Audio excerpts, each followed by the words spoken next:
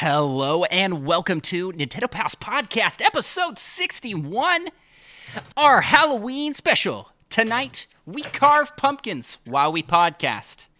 All of that and more.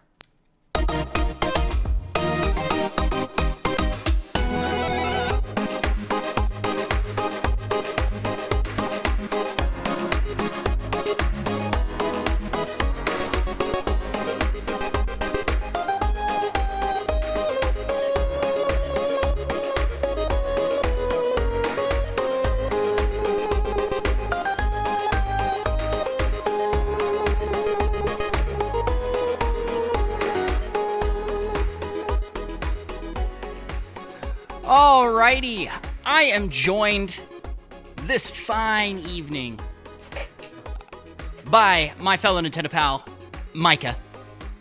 Yep. And I am Andros. And together we make up the Nintendo Pals.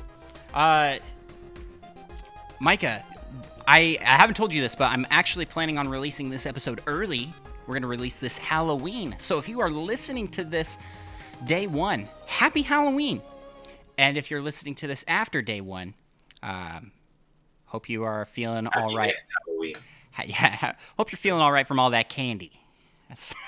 That's. I already feel gross from candy, and I haven't even like eaten that much yet. Micah, how's things going?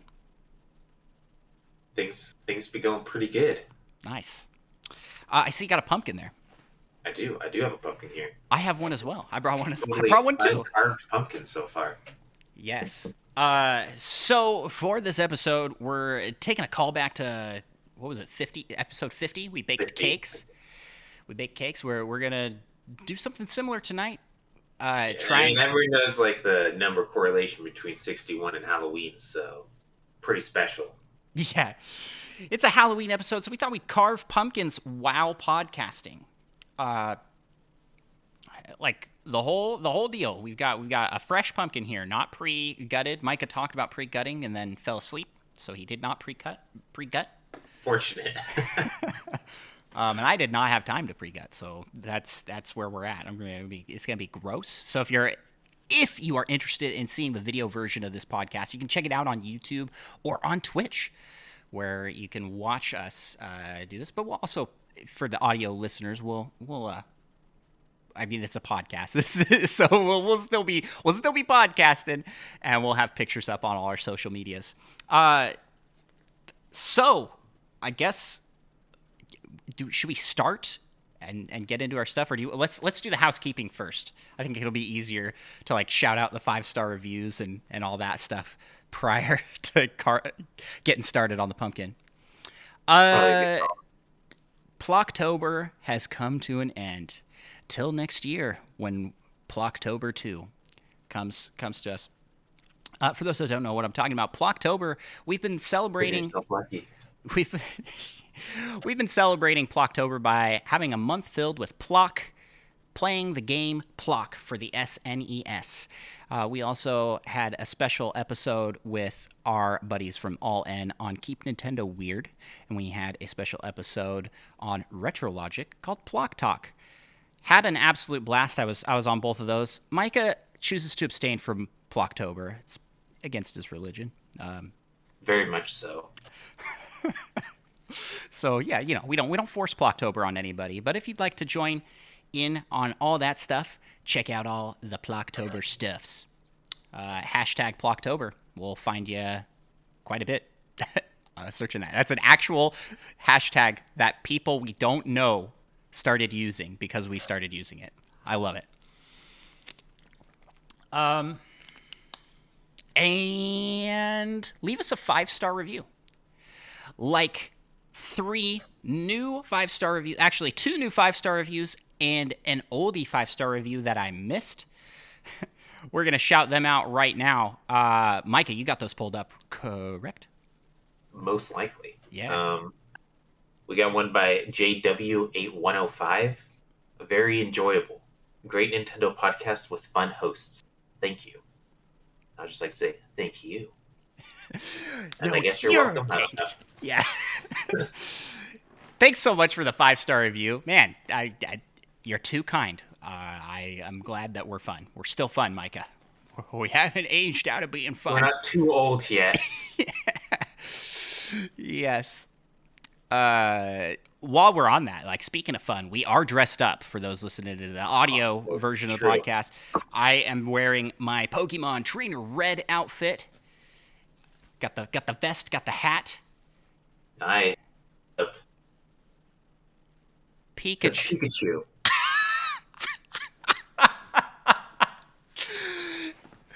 Yes. First Pikachu, maybe. Micah's Pikachu costume is just it is up there. It is as classy as can be. I had to work a real long time to get it ready for this episode. Yeah. Oh yeah. Like it's been years in the making, I'd say. Yeah. So for Pokemon costumes, while we're on the Pikachu topic, that's what my son dressed up as this year. We decided to go as a Pokemon family. So got 3 kiddos dressed as Pikachu, Bulbasaur, and Squirtle. And my wife has gone as Charmander, and I am Pokemon Trainer Red. So we have all the starters. It's pretty cool. Yeah. We went to a Halloween party, and we were not the only Pokemon people. There was a family of Snorlaxes. I kid you not. They both dressed as Snorlax. And they had like a little baby Snorlax as well. That's pretty funny. Pretty cool. And there was also a second Pikachu at that party. Pikachu's a popular costume this year. Micah, you're trend setting. Yeah. That's why all these other people are wearing Pikachu costumes. Yeah, they're like, I saw this on... I started the trend just now. I saw this on Nintendo Pals podcast. I've got to dress up like Micah. Oh, man. So we had another 5-star review as well, right? Yes, by Ayla Lynn. Love these guys. Just found the recently, but I love the vibes and enthusiasm. Definitely see them having a very successful future. Whoa. Thank you. I hope we have a very successful future. Nice to find people that believe in me more than I believe in myself. I believe in you. I believe in you. And I believe in us. Nintendo Pals is, yeah, we have an absolute blast making the show. So thanks so much for the 5-star reviews. Ayla Lynn also messaged on YouTube and said that she discovered us through the recommended page there. So super thanks to everybody who's gone out and given thumbs ups and shares on our videos, because it seems like that's working. We're getting recommended to people. Very cool. And then we got one from Apple Podcast Store for Canada. Podcast Store itself reviewed us? No. This is from Chris Smart Guy Logo, which which AKA Chris HL 94, titled "Some Words," and the podcast, the actual thing says, Andros and Micah are great Nintendo pals, and the podcast is a must listen for Nintendo fans. Thanks so much for the shout out, Chris. We appreciate his name. Being a smart guy. Living to the name. Oh, well, now that we got housekeeping out of the way and we've introduced our costumes, I think, Micah, we're ready to dive into some pumpkin carving. You have an idea for what you want to carve, right? Oh, definitely. I also have an idea for what I want to carve, but I changed my plans thanks to some feedback. Some comments? Yeah, you saw it. You saw it. You saw I know it. you're carving. So I won't show you what it looks like until the end, I think. But I guess I'll get started here, and we can get started in the first segment of our show, which is What You Playing? Micah, you want to start off this week? I think I started last episode. Think of. Oh, Well, gosh, this is a tough pumpkin. I played a little more Metroid Dread. I haven't tried the demo yet, but I might, just because.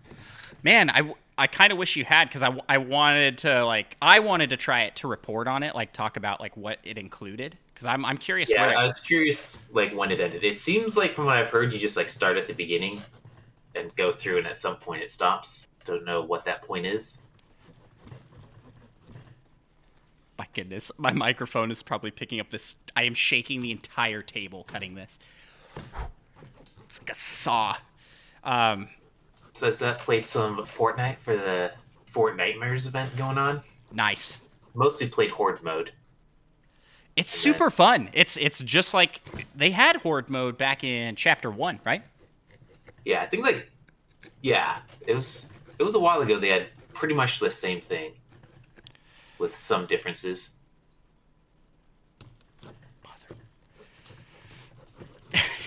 That was pretty good. I played a little bit of the just battle royale as well with Oso and Fairbear, and we actually did well. I feel like it's the first time I've done well in Fortnite in a while. I think the game is finally realizing I'm not super good, and it stops pairing me against people that are way better than me. Yeah, it's not pairing against The PC hope at players. least. Well, here's the Yeah, thing: is you are really good at that game. Like you're pretty good. At least among the people we know, you are one of the best players, if not the best. but that might just be because all of y'all aren't very good. Oh, shots No fired. offense, but technically a possibility. I'm just kidding. I mean, like, no matter how good you are, unless you're insanely good, there's always a bunch of people better than you. Yeah, at Fortnite for sure. Yeah. So Nice. might have to get back into that. I also need to do some more challenges so I can actually afford the next battle pass. If I even decide to do that, I guess. I still have not picked up this battle pass.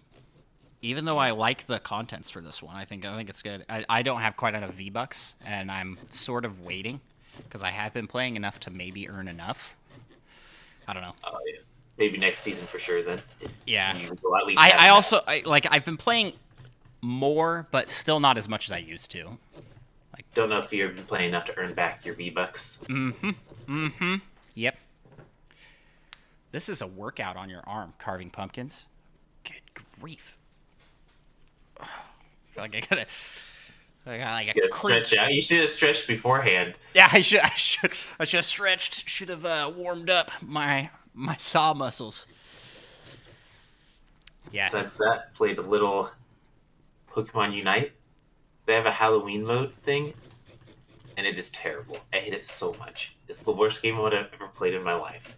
It like sounds good in theory, but it is just annoying. You get like everyone has this pumpkin held item thing, and it throws a pumpkin and it lands on someone's head. And they have a pumpkin on their head, and they can like try and tackle you, but they can't do any of their other moves. And you can also slap them after they have a pumpkin on their head. In theory, it sounds kind of fun, but in practice, it just involves getting slapped around all the time, and you can never do what you want. I watched a stream of that, and it just looked horrible. Looked Oh horrible. man, I mean, maybe if you were good at it, it would be enjoyable. But I'm not good at that mode. Knock, I just spend like 80% of it with a pumpkin on my head, getting like slapped halfway across the map. knock, please in chat said, "Are you guys gonna stuff a turkey for the Thanksgiving episode? Don't give us ideas." Good idea. Yeah. Oh man, Oh goodness. that would be so horrible. Micah and I are I not. don't want to. I don't want to also. I mean, if I mess this up, I just have a ruined pumpkin. I don't want to ruin Thanksgiving. It's the backup turkey. You could work on the backup Oh turkey. yeah. I don't know if I want to buy a whole backup turkey though. Micah and I are not very like kitchen wizards. No, You know what I'm saying? not at all. So, man, anything involving kitchen Kitchens. utensils that isn't cereal, we're gonna struggle with. Oh, here we go. Top off on mine. Oh, look at all them seeds. Do you do pumpkin seeds, Micah? Did you guys ever bake pumpkin seeds? I feel like we usually do. We haven't this year, and we might not have last year either. But we did them like all throughout my childhood. Oh man, you cut yours in like fancy star notch thing? Yeah. So, because if you don't, it's way more likely to fall through. Are you going to be able to reach in that tiny hole you cut off there? That angle. Heck yeah, I can. Barely. Yeah. This pumpkin is so much thicker than I remember pumpkins being. It's been a while since I've carved a pumpkin. Yeah, I got kids, so I've been carving pumpkins for the last Yeah, several years. I definitely don't enjoy it as much as I used to. I'm like, man, I Also, know. I must have been a real strong child because this is a lot harder than I remembered. Maybe I got the wrong kind of pumpkin here. Oof. I'm tired. I'm tired already, and we've like barely started. I've just got the top off. Oh well. Oh, Do you have and I anything guess else I you played want to? a whole bunch of N64. Well, not necessarily a whole Oh bunch, but yeah, quite a yeah. bit of N64 and Sega Genesis online. Trying to remember all of what we played. Holy So we definitely played Mario Kart. We played gosh. that twice. Mario You and I did Grand Prix, and then we also did Battle Mode with our buddy Oso. Battle mode. Battle mode's still pretty good. It holds I'm up. I'm so terrible at trying to control in the racing, but battle mode seemed easier for some reason. Although two of the maps or whatever you want to call them are kind of terrible. They have like multiple layers, and it is so hard to like actually kill people. Yeah, I eventually gave up after fighting. I think it was Andros that was still alive for like yeah. 10 You minutes. just killed I yourself. You ran accepted into that. some. He ran into some bananas. He's like, you can't even have the satisfaction of finishing me off. Like that's rude. So rude. I had to run into multiple bananas to die. Okay, but can we talk about how Grand Prix item balancing is not a thing in the N64? How we were getting stars in first place. I got a lightning bolt in first We, place. I was not getting any such items when I was up there. Granted, I also didn't spend a lot of time up there. Yeah. It's crazy. You could get a thunderbolt in first place. What? What? And so there was uh there was quite a bit where whoever was in first place would just get crazy far ahead. Is wild. Especially the computers, it seemed like. Yeah. We were also playing on 150cc. We were like, we got to start off the bat hard because that's just who we are. That's how we roll. That is how Then I we think roll. then I think next whoops. That was kind of dangerous. Next we did Mario Tennis. Yeah. Well, we did. So we did Mario Kart at the end, beginning and end of our. We did a stream of that, right? So I Yeah. also played some offline. Uh, but yeah, we did Mario Tennis, and Mario Tennis is so fun. I really enjoyed it. That's both our first time playing Mario Tennis on the N64. Yep. First ever appearance of Waluigi, and he has I mean- not changed a bit. He's so Waluigi, minus the crazy eyes he gets when But he yeah, gets the a eyes when point. he gets a point. They should bring that back. That was Oh, pretty cool. for real. Yeah, that was a lot of fun. We played co-op for that in doubles against computer players, and I can report, Micah, that We tried. playing solo, the easy mode computers were not any easier. Oh, really? No, they weren't. So that's that. Yeah. Once we were in our correct formation, with you at the net and me in back, I feel like we won a majority ish of those points. Right. At least towards the end, once we were getting warmed up. Once we had our rhythm. I'm just bad at the net for some reason. I think I try spamming the button to hit the ball too much. It's too much. You've been And playing it's too like- much pickleball. Well, that and Wii Sports. When you're both at the net, and you're just Flying. Yeah. Yeah. I remember that. Yeah, it was a good time playing the N64 online. It actually worked really well playing multiplayer. I'm very surprised. Yeah, Relatively I- smooth. very little lag. Oh yeah, and then we played Dr. Mario. Now we should clarify here because we're going to talk about this in the news as well because there's been a lot of chatter around the N64 online that Micah's internet is not phenomenal. Mine is pretty good. I'm on fiber optic internet, like high speed internet. So, but Micah's internet not being very good, still we didn't have too much lag. We did have lag on occasion. Yeah, probably mostly noticed it in Dr. Mario, but there were also 4 of us playing at that time. Yeah, Dr. Mario's pretty fun as well. and I feel like it wasn't really detrimental. If anything, it like practically gave you just a little bit more time to think. Oh, really? It was But pretty bad for me. Like when, every once in a while, it would throw off where yeah, you wanted to it play would like something. drop a piece because it lagged out. Like drop the piece right where you were at. But yeah, I guess it wasn't horrible. I mean, I'm horrible at that game, so it's hard to really gauge how good the lag, or how good or how bad the lag was. We also played Star Fox, did the dogfight mode. Oh yeah, I forgot about that. Micah's really good at that game. Practically a professional. Yeah. Although I still don't know how to pull off those fancy maneuvers you were doing. Yeah, I'm not telling you either, because then I won't have any sort of advantage. I'll never win, even though I'm never gonna win anyway. And I'm generous enough to let you have that advantage. Yeah. Just so it's like maybe a little challenging for me to beat you. There was handicaps. We could put handicaps on if you want. I'll tell you the secret. You just got to use a negative handicap for you.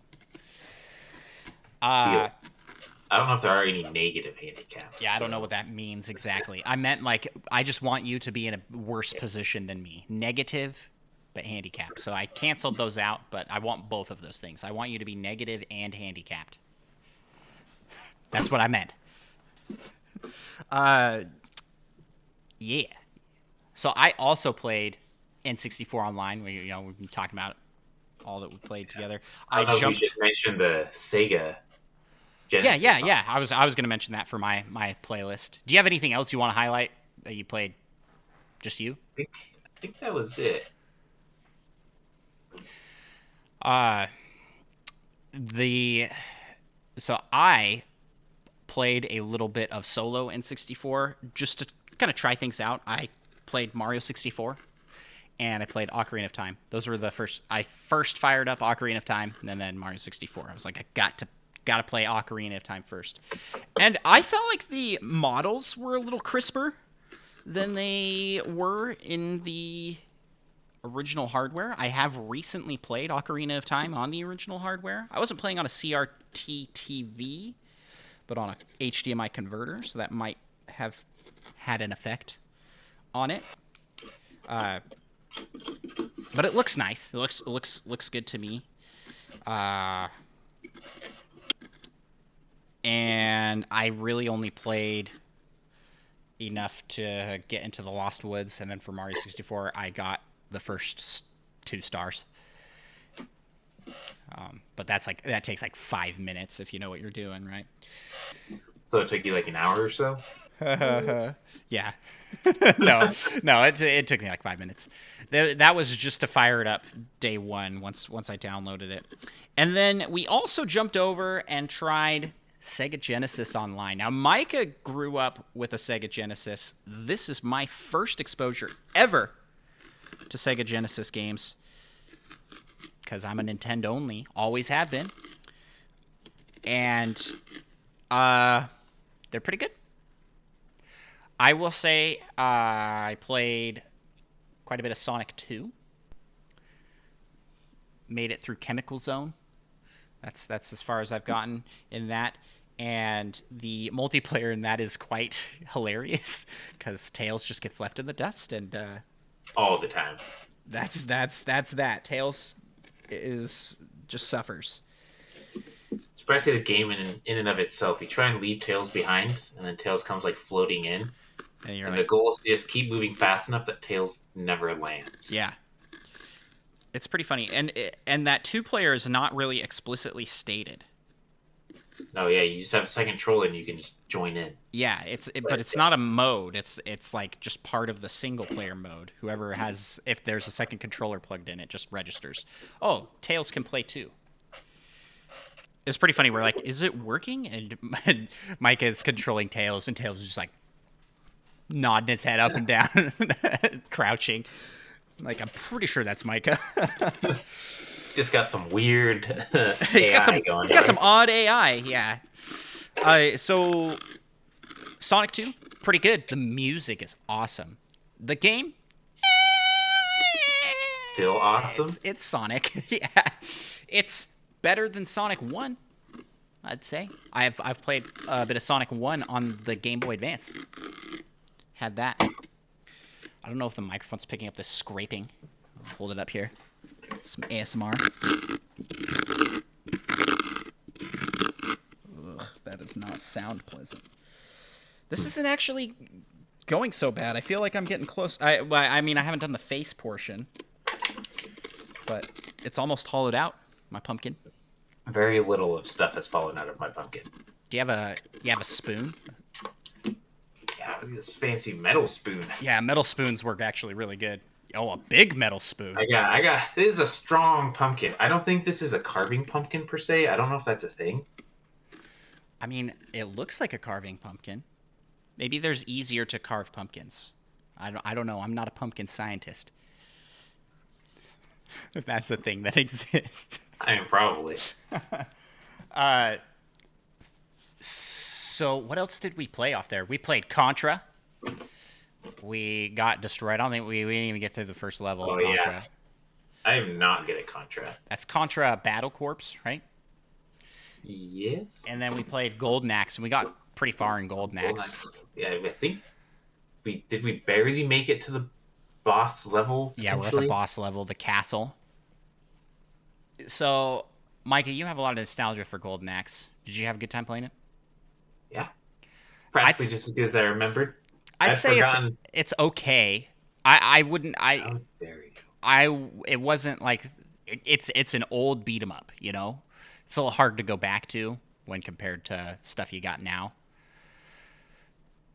But I did like the screaming clip that they have for every single enemy. They have male scream and female scream. Female scream. Yep. That's it, and every enemy uses that exact same one. And it just sounds like someone screaming into a microphone from like the 80s. Like it's so garbly. It's not the highest terrible. quality. Yeah. Golden Axe was good, but the peak for me was Gunstar Heroes. Man, I love Gunstar Heroes, guys. I've never played it before now, and holy cow, that game is so fun. Yeah, I was a little concerned once we started playing our first level, and it was like essentially a boss rush. And we were struggling pretty hard on that. Yeah, well, that boss had like 20 phases, it felt like. And yeah, he had a ton of health on every single phase. We also didn't know that you could pick up a second power up the entire level. We couldn't figure out how to pick up. We probably would have done a lot better. Yeah, that's probably why we struggled so hard at first. At least a little bit. A little bit was just learning the game, essentially. Yeah. Once we got our pattern down, though, Micah and I as a team in Gunstar Heroes was basically unstoppable. Micah did double flamethrower, and I did double, what was it called? Seek? The homing? Homing. The green one, whatever that one is. And I ran slightly behind Micah, so he just flamethrowered everything in front of us, and I just shot upwards with the Seek, and it took care of everything else, because the bullets home and target on things. I didn't have to aim at all.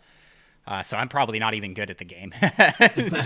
I'm just running around, shooting my gun in the air. Still gotta dodge things. Super fun. We're gonna finish that for sure. It's just it never ends. we're at the last level. We're at the last level. Oh yeah, now we're gonna have probably some final boss. And it was like, nope, that's not the final boss. They're going to space now, and now you got to go to space, and it's another boss rush. And at that point, we're like, okay, it's late, got to go to bed, but definitely going to play some more of that. I'm not complaining, because more Gunstar Heroes is a good thing.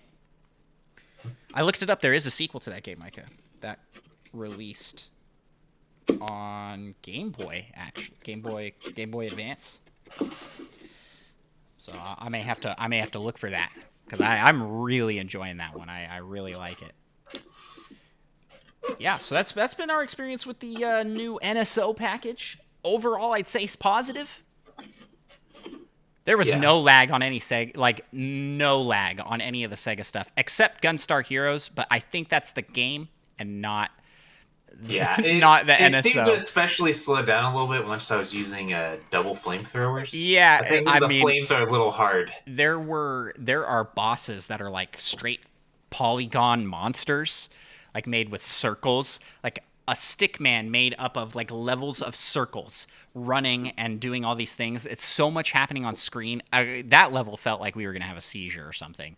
Oh yeah, my eyes actually hurt a little bit by the end. I don't know if it was quite because of the game or it's just random, but that level was bad. That level was horrible for your eyes. It was fun. Yeah. So besides that, I want to highlight that I also played Metroid Dread this week, and I beat Metroid Dread. yeah. Game of the year, y'all. It's so good. It's so good. The ending was so good. Oh my gosh, I just loved it. I loved every bit of it. I can say confidently that Metroid is not for everybody, but I am one of the people it's for sure.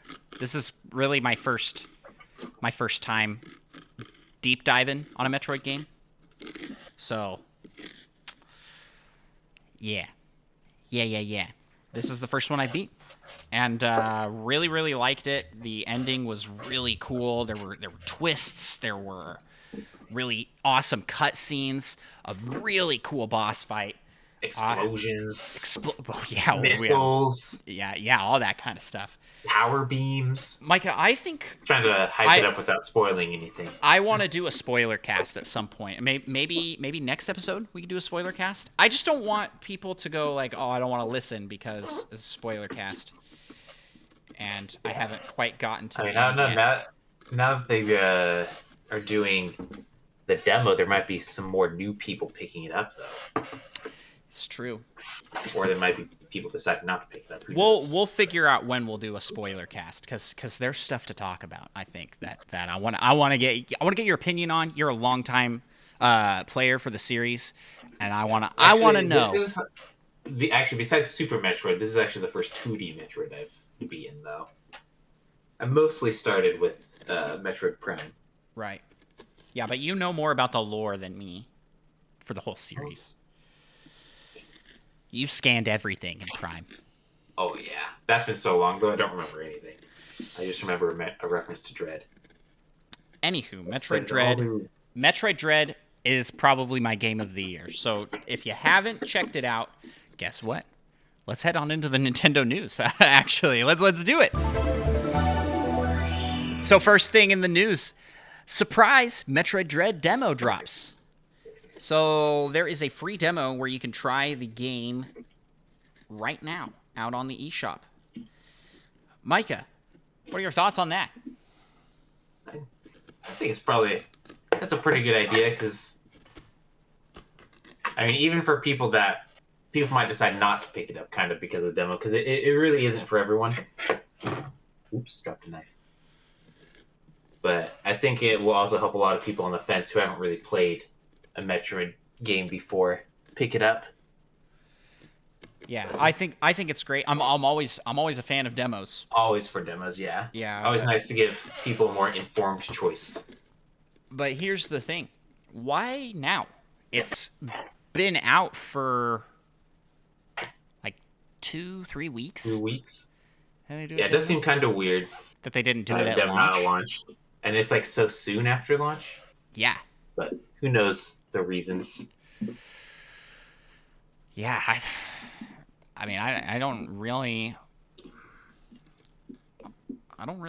know. It's probably a fancy marketing plan where they let all the people that got hyped up to buy it, who might not actually enjoy the game, but now they release a demo for the people that are still on the fence, so it might convince more people to get it. I mean, that's kind of what I was. That's kind don't know if they're that devious or. It's kind of what I was thinking too, but it does sound very devious.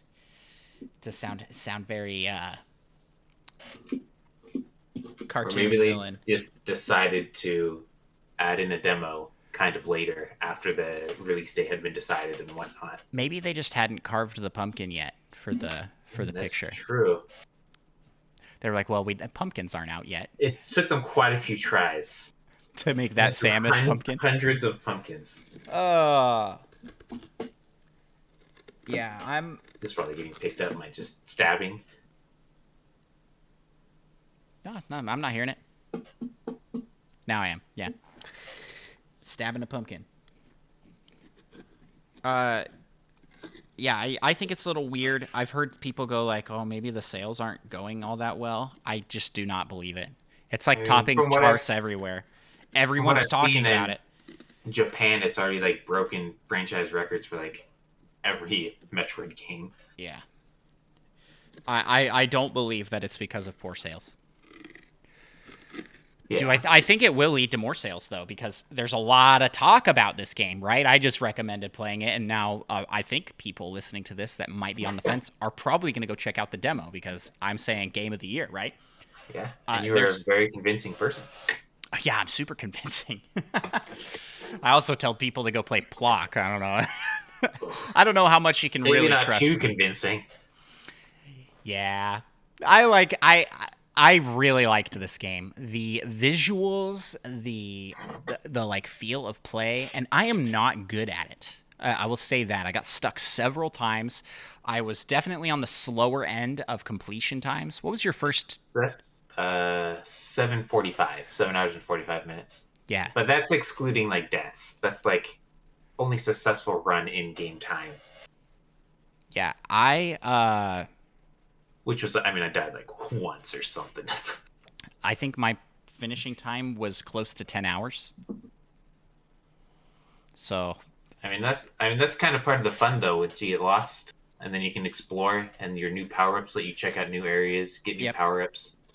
I felt no shame at a certain point where I'm just like, I am lost. I can't figure out what I'm supposed to do. I probably missed some sort of cue on where to go. So I would just look up help.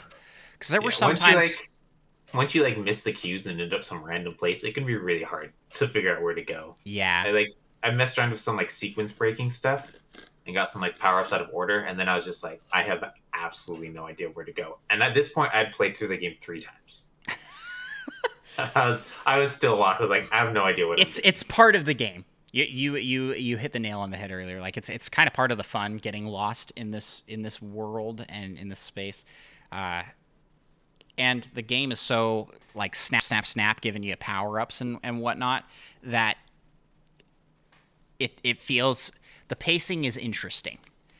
And it's okay. It's tough, but not too tough. There were a lot of people saying that the final boss was really hard, and I will say he was a tough boss, but Yeah, I don't think. it's a tough game, but I wouldn't say unfair. There aren't any like deaths where I'm like, well, that's just dumb. That doesn't make any sense. That shouldn't be a thing. Is for the most part, I was just like, yeah, I can see where maybe technically that was my fault. Yeah, I don't know if But the final boss was even like the hardest boss for me. It's probably the second hardest. The hardest boss for me was the very first time you meet a Robo Chozo. Oh yeah, That took me forever because I just didn't understand the pattern and yeah. couldn't I figure mean, out how to these dodge it. you're not really supposed to beat these bosses your first try. You're Right. supposed to learn their patterns. It's supposed to take multiple attempts. Yep. Yep. So don't feel bad if you feel like you've gotten lost. And hey, no shame looking stuff up. No shame there. No shame calling a friend for help. Did that for Micah twice. It's like Maybe I a little shame. No, I'm just kidding. do not know. Yeah, I did feel a little shame. I was like, oh my goodness, I gotta I call mean, Micah. maybe if you're I not calling for knew literally the first room you're in.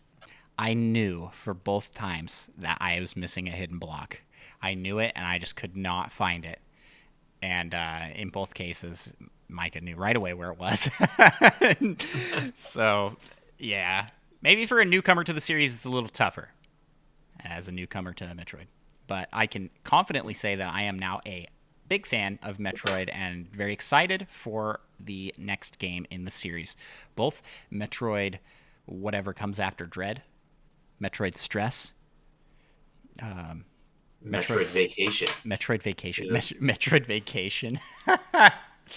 Yeah. Or Metroid Prime 4. Metroid Prime 4 is probably the next thing to come. Probably. I've made a mistake. None of my drawing utensils show up on Pumpkin. Oh yeah, I should get a marker to draw what I'm going to do. Oh goodness. Micah, do you want to talk to the next news item while I go run and grab a marker? Yeah, let's see. I gotta It's pull that up. the second one. Just up to the second one, because I don't know if you know much about the first. Or not Pikmin Bloom was announced. Like, well, I guess it was kind of announced. We already knew about it, but some more information, and also it's been released. So I've only actually been able to play that a little bit, and I haven't left my house since I got it, so I can't really say too much about it. I can talk to this one. Because I did play. I did a session today. I played Pikmin Bloom. I gotta go get a marker now. Oh, nice. So Pikmin Bloom is the latest in the AR game stuff by Niantic. Niantic has this whole system in place, and it seems like they just kind of re-release. It's very similar to Pokemon Go. To I think they had a Harry Potter one. They also had their own custom one. They're all very similar. This one is much more casual, I'd say, than Pokemon Go. A lot more passive, but I'm hooked into it. I like it. I'm enjoying it. So the premise is, as you take steps, you grow these little potted plants of Pikmin. And then once you've reached the amount of steps you need to, you can pluck those Pikmin. And as you're walking around, Pikmin will find fruit and things. And you can give the Pikmin fruit nectar from the fruit. And they will give you flower petals in return. And with those flower petals, you can walk around and plant flowers all over the world. It's pretty cool, because you can see the flower petals that other players have left. And so, I mean, potentially a few weeks in, you'll open up your map and you'll just see all these patches of flowers everywhere all over your little Pikmin Google map, you know? I went to I don't know what they're called. I keep calling them Pokestops, even though it's Pikmin Bloom.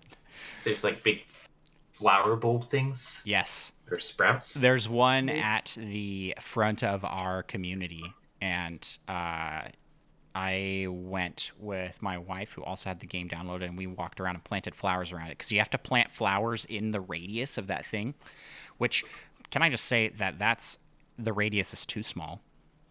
If you're walking and planting flowers, it needs to be bigger for sure, because that had like such a small little circle you had to walk in, and it was like most of the circle was in the middle of the road. I can't plant flowers there. Bad placement for it. We walked back and forth across this sidewalk over and over again. My wife was very embarrassed, but I was like, it's for the Pikmin. We have to do it. And we got the flower to bloom, and I don't know what that does. So we have a giant flower out in the front of our community, and it's like, in bloom for 22 more hours. I'm like, okay, what does this mean? I don't know. I'll figure that out. I'll report back next week. But I'm enjoying it overall. You get to grow the little Pikmins. You can add friends on it. I don't know what that does. Wait, what? I made a mistake with my pumpkin already. oh boy. Yeah, your microphone completely cut that out. It's editing the podcast for you. Oh man, I am gonna have a hard time with this idea. Might as well just commit. Yeah, I'm going to. I mean, you've messed up already, so I can't do worse than that, right? Nope. Maybe. Yeah, Pikmin Bloom. I like it. What are your thoughts? Your first impressions on it? I mean, it's pretty cool. I feel like the UI, some of the UI stuff could be more Pikmin-like. Okay, yeah. Kind of basement looking. I think it'll get better as time goes on. And other than that, I haven't really had much of an opportunity to try it out. Like I said, it's very passive. There's not a ton to the gameplay. I kind of think of it as just like a fun little pedometer. So if you want to have something to track, it's kind of like the Poke Walker for Pokemon Heart Gold, Soul Silver. You remember that little device? Yeah. So it's like that. There's not a ton to it, but it does count your steps and give you a little bit more of an incentive to go on walks. And I noticed that I noticed other people walking around the spot where we're at. So I do think that the You're like, Pikmin are flowers, these nerds too? their Pikmin flowers and Pokestops, I think are the same. I think they're there for Pokestops. I'm guessing. I mean, Oh they were yeah. like wandering through the grass and like really, really taking their time over there, looking at their phones. Like I have to assume that they're playing something that Yeah. requires being From what online. I've seen, the Pokestops and flower sprouts are all in the same locations. Oh yeah, you play both, so you know. Which makes sense. I mean, it's just the exact same system, right? Yeah. Oh, I gotta find like a good picture to use for this. This is gonna be tough. I'm not seeing one. Just wing it. That's a terrible idea. Why? Why? What? These search results don't know what to give me. Alrighty. Pikmin Bloom. So that's all we got for Pikmin Bloom. Check it out. Free to play on Android and Apple. Both. If you do play on Android, you have to download a separate app called Google Fitness to actually count your steps. I don't know if that's the case on every Android phone, but at least for myself, for a couple people in the Discord community, we all had to download a separate app. But it's a Google app, so I mean, if you're using Android, it's not like crazy to have Google apps on your phone. Yeah. It's a little weird that it's not built in some way. Yeah. I think just Apple has its own sort of fitness app thing built in. Yeah, so it must just be pulling from that directly, where Android phones do not have that by default. Next little news item here. I wanted to talk about this. Sakurai detailed the Sora getting into Smash Origins in his latest Famitsu column, and also announced that his next Famitsu column would be his last. Dun, dun, dun. Yeah. I think the game's over, man. It's like, game over. No more columns for you. It was cool to read about because the way he described it was he wanted Sora in Smash, but it all kind of happened with a chance meeting with a Disney rep at an awards ceremony, and he was talking with them about how he wanted Sora in Smash, and they were like, "We think it's a good idea," and he was like, "Really?"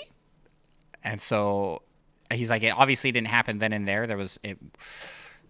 They had to work with their legal acquisition team." He's like, thank you to that team. They're the real MVPs for this. It's like, for sure. That must have been quite the job working with Disney, Yeah. Square, and Nintendo to settle on how to use a character's IP. But they did it. They did it. Absolute madmen. And yeah, it was really cool to see that and hear the chance meeting there. And he also talked about the poll that was done for Smash 4 DLC and how Sora was the one that won that. And he's like, and also Banjo and Kazooie were very high up. And he's like, that might surprise our Japanese audience because Banjo-Kazooie is much more popular in the West. But they were high up there on that list, even so. Yeah, I know. Yeah, I know a few people that were very excited for Banjo-Kazooie. Yeah. Yeah, a friend of ours bought it for you so that he could play it. Yeah. Which I think is pretty great. It's I don't know if I'm gonna be able to find like a good reference picture for my pumpkin. I've like been looking on the side. That's pretty good. That's pretty good. That's also pretty good. Oh, okay. I found some finally.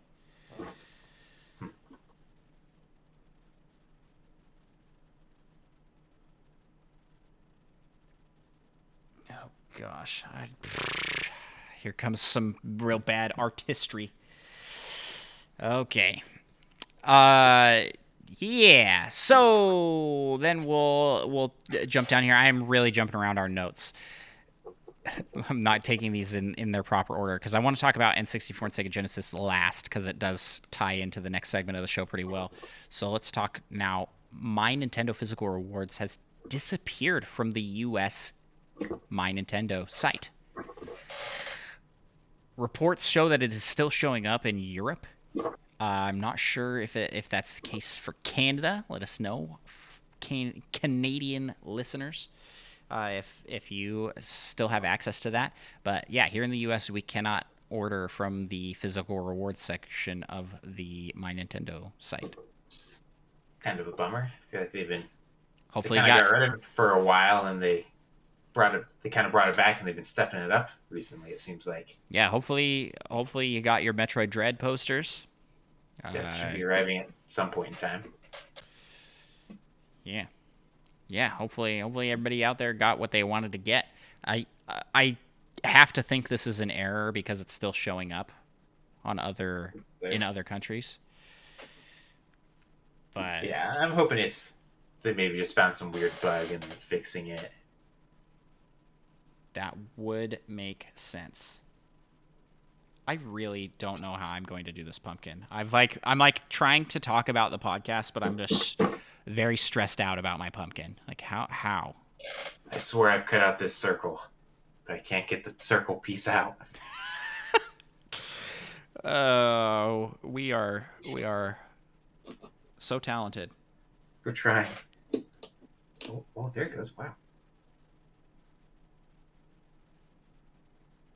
I'm like really focusing on my drawing here.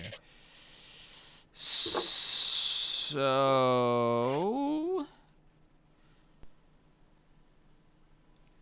next up on our thing here, we've got Pokemon Cafe Remix is out now on the Nintendo eShop. Now, this is a revamped version of Pokemon Cafe. They changed the name. It has Remix in the title now. I have not gotten a chance to I've not gotten a chance to try this at all. I don't know if I even tried the original.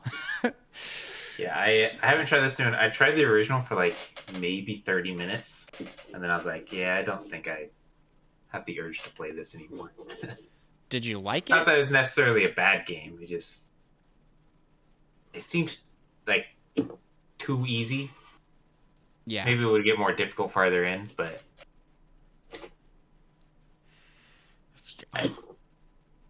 other games I'd rather play. See, Fairbear in chat here says, "I'm very stressed out about my pumpkin," is an amazing quote. Yes. Someone clip it. My goodness. I don't, like, I'm just so bad at drawing. I just, like, don't know. My artistic ability is in podcasting. That's where I'm an artist of voice. I can talk. And not even do that very well sometimes. My artistic ability is non-existent. On existing? Or not existent? Oh, I thought you said my artistic ability is not existing. If I hold very still, I am invisible. Pumpkin chunks everywhere. While we're on the topic of puzzle games, though, Micah, did you see that the Maximus Cup is going on this weekend for Metroid Dread? I did, and then I promptly forgot about it. I did as well. Me and you need to play that. I want this one. This is the first one that I've like, I am going to play this. I want it that bad. The music selection's really good. The theme's really good. So I think most people listening to this will be hearing this in post, but sorry you missed out on the Tetris Maximus Cup for Metroid Dread. Don't worry, next Nintendo release will probably have another one of these. They do them every time, it seems like. Yeah. I mean, they've all been pretty cool. They really have. They really have. But surprisingly, this is the first one that there were others where I was like, oh, I actually kind of want this one, but this one's the first one I'm probably going to try and get. I might actually play. I might actually play to get this one. Yeah. So that semi-transitions us. You do need a NSO account to play Tetris 99. Speaking of NSO, let's talk about the N64 and Sega Genesis Online, which has dropped. That dropped the 25th. Let me look at a calendar here just to make sure I'm not just completely making up the date. Yeah, 25th, October 25th. That dropped midday. You can download and play a selection of N64 and Sega Genesis games, both in little separate apps.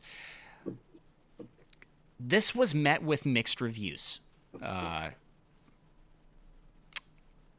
Mostly pricing-wise, from what I've heard. No. Problems with the actual games themselves. There have been, there's been a lot of reports. Now, Mike and I already detailed. We're having a good time with it. I'm enjoying it. We talked about it in our what you playing segment. So this is kind of giving the flip side here. There have been a lot of reports on lag. There's been reports on weird rendering issues. Being like there's not about the fog that's not in the game. Mm-hmm. And part of me, so I tried to find solid facts on what exactly is happening behind the scenes to cause that fog to not be there, because I've heard people say that it is a rendering issue where the fog is not being rendered in. But I was under the impression that the rendering is better, and that is why the fog isn't there. Like, you can see farther. That is the impression I gathered from playing. Like, you could see farther into the levels, and some of the level design for the N64 took the fog into account, and so it kind of ruins some of the illusion. But I really personally feel like it's a little nitpicky. I don't know, man. I don't. It is not ruining the experience for me so far, but I really haven't dove too much into Ocarina of Time, where it's getting the worst complaints. Yeah, I haven't really played many these games, at least in a long time, so I don't even remember what they look like with the fog. So it seems completely normal to me. Yeah. So there was complaints on that. There was complaints on lag being a significant issue. I can report from myself and people that I know personally haven't experienced too much lag. It's not noticeable to the common man. You know what I mean? I do think that there are valid concerns for people that might be trying to use these to speedrun. Probably not going to be the ideal way to do it. This is, Micah, your face is really making it seem like your pumpkin is not going well. Yeah, my knives are real bendy, so there have been a few times where I think I'm going in a good straight line, but it's like bent further in the pumpkin, and I did not cut that good at all right there. I am just trying to find. I don't know. Micah, should I do smile, no smile, or shocked face? Glare. If you can. At this point, I cannot do that. I'll go smile then. Okay. Now I gotta find a reference photo now with smiling. Or shocked face? Shocked face. Shocked face is what I have pulled up here. But I'm gonna find one. I'll find one while we talk. So there's complaints with that.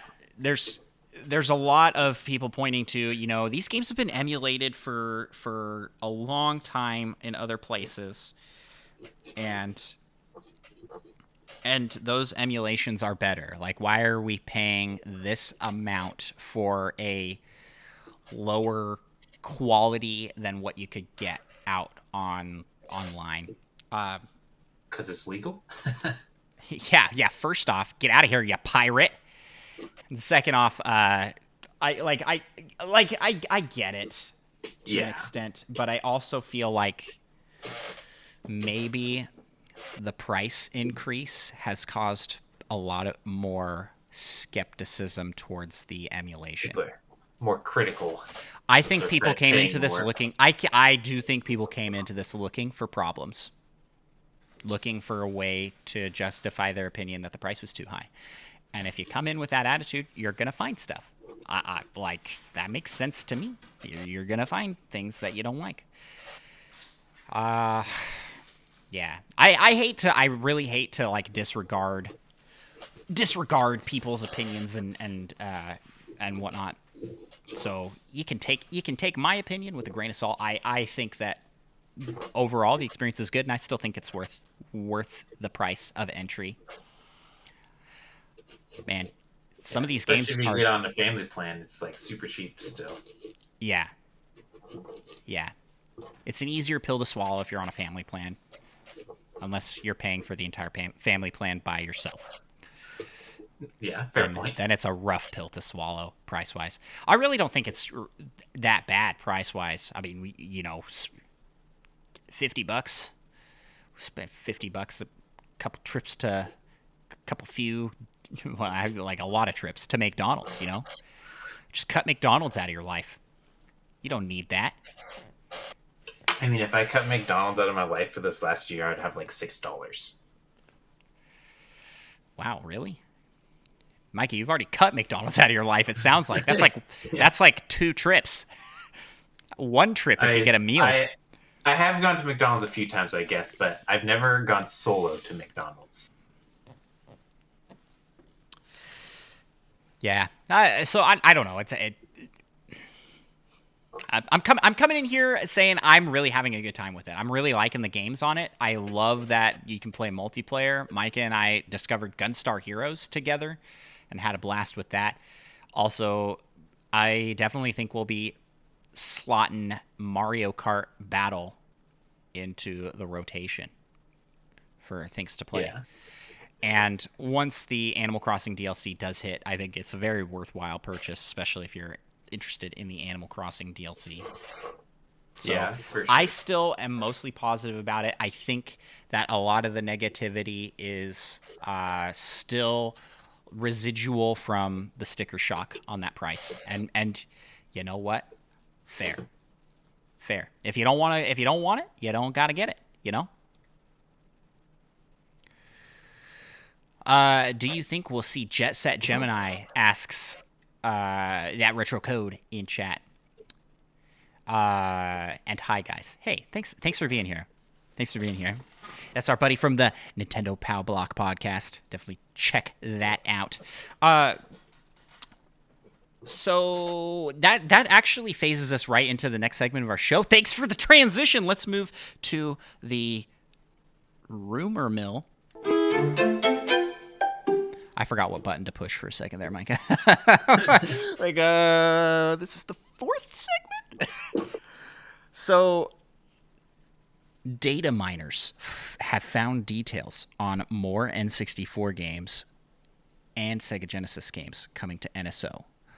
Looks like 38 total games for the N64. And I want to say 50-something games for the Sega Genesis. That is a lot more than is currently on the system. A lot more. Yeah. So I think there's like 12 or something on the 64. They're listed in the data numerically as well. So there's some details here, but one of those leads to speculation that several game speculations coming in, because you can see the list alphabetically, that it looks like there's spaces for Mario Party. It looks like there's space for Smash Bros. And Wave Race. So Retrocode brings up a great that Retrocode brings up a great point in chat. He says, I think people are forgetting that all 4 systems and import games can all come to the service along with Sega CD and 32X. Yes, more data mining, like in this same data mine, was found that the systems are referred to by numerical codes. 1 and 2 being NES and SNES, 3 being N64, and 5 being Sega Genesis. Where's number 4? What is number 4? Why is number 4? Why is number 4? And that retro code is saying, you're getting 4 systems for that price. And yes, this data mine is showing potentially another system in there slotted for that 4th spot. And who knows beyond that, right? We could see even more Sega partnership.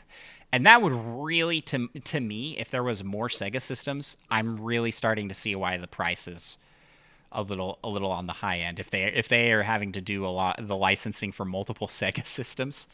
And a lot of people go, well, why have those and increase the price this much? Take those off and decrease the price.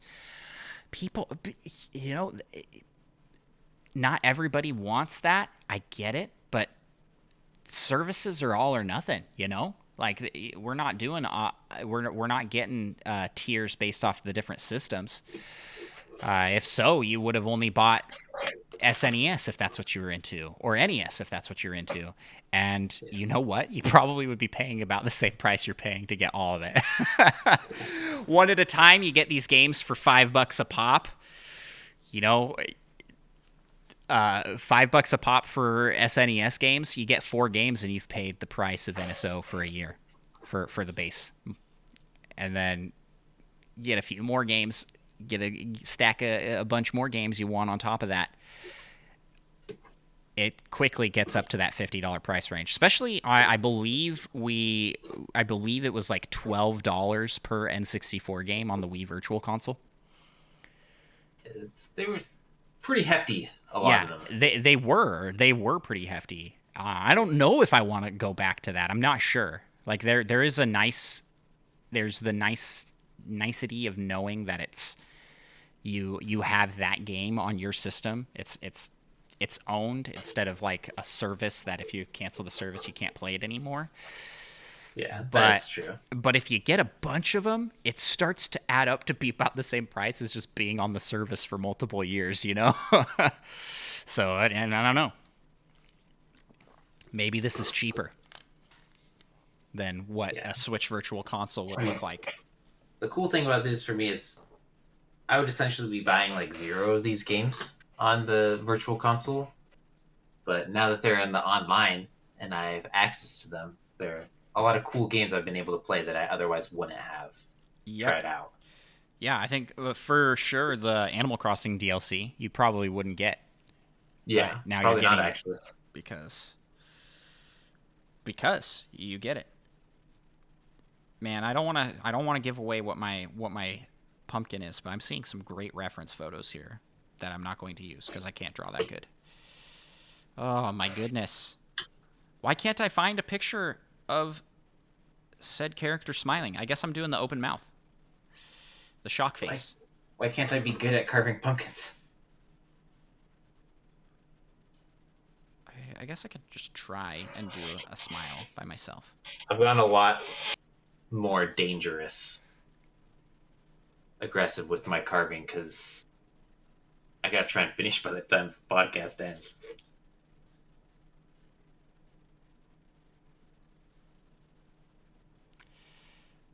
Actually, this doesn't look that bad.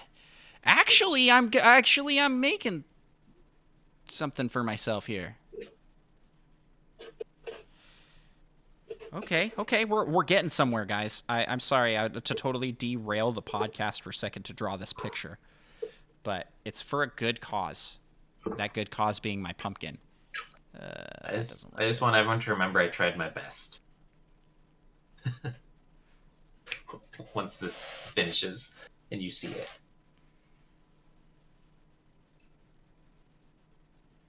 It's not the worst thing I've ever seen. I'm just now thinking of how I'm going to carve this. I'm like looking at my picture like, this You haven't isn't even going to started work. carving yet. No, I haven't. I'm still drawing my picture. We got 30-ish Good, minutes plus for the good luck. I've podcast. been spending like a whole hour carving my pumpkin. Granted, I've been using this knife that bends a lot. Hopefully, you can carve pretty quick with yours. Yeah, I mean it's I'm dying over here. okay. Okay, I got it, Micah. I've got it. Micah, what are your thoughts on the data mine? Do you think it's legit? It seems like a lot of games to Yeah, me. it seems like a lot of games, so I hope so because I feel like they've been relatively sparse recently with things added, but that's probably because they've been working on these.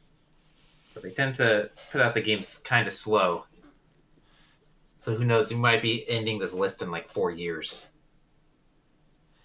That's how they get you on the But service. yeah, So I keep paying but because more's coming. I I'm wonder when we're excited. gonna get the stuff that they have already like teased that's coming, Announced, yeah. right? Because Because they I did mean, announce a I whole feel kind of bunch. bad. A lot of those are things that I'm more excited for than what's actually on there right now. Yeah, same. I mean, we're both really looking forward to Majora's Mask. Yeah, Trying that out for the first time. Uh, I know I'm gonna really enjoy that. I wish it had come out. It would have been perfect this month. Play for Halloween. It's a good Halloween game. We'll talk about more Halloween stuff here. So that's the data mine. So you know, do not purchase. I don't recommend purchasing the service based off of what could be. I But mean, who knows if another system comes out? That might be another expansion pack. For all we know.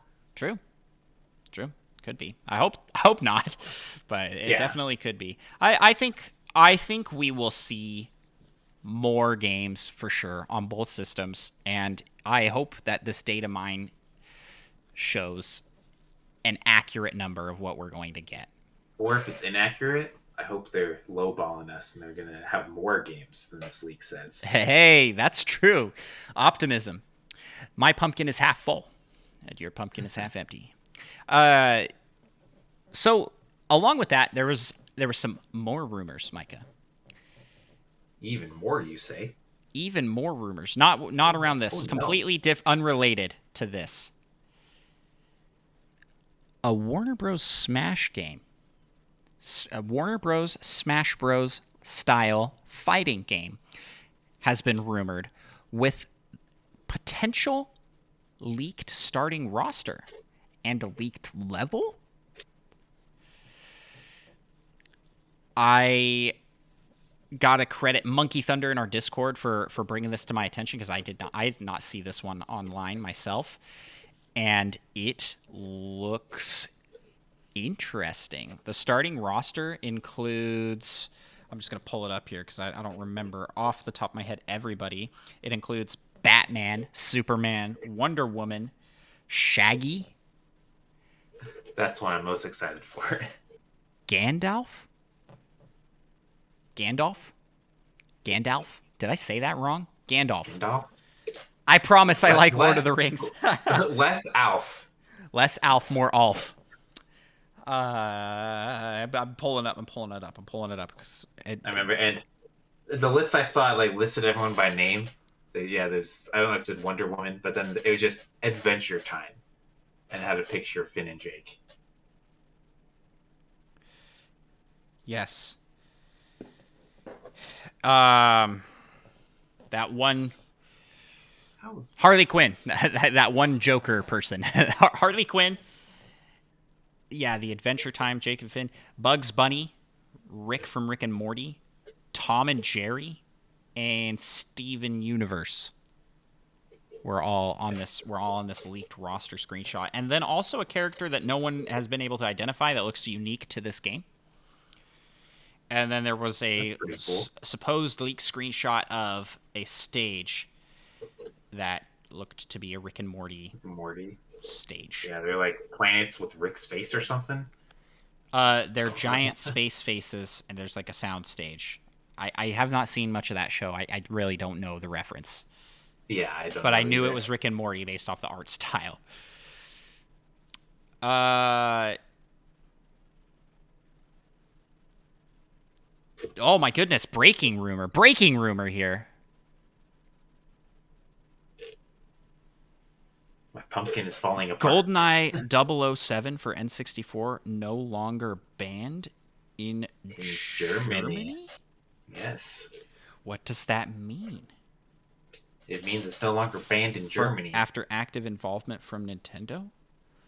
Which people are taking to mean, well, obviously that means Oh. GoldenEye is coming to the NSO. It's been pulled off the list of media harmful to young persons, which heavily restricted its sales in Germany.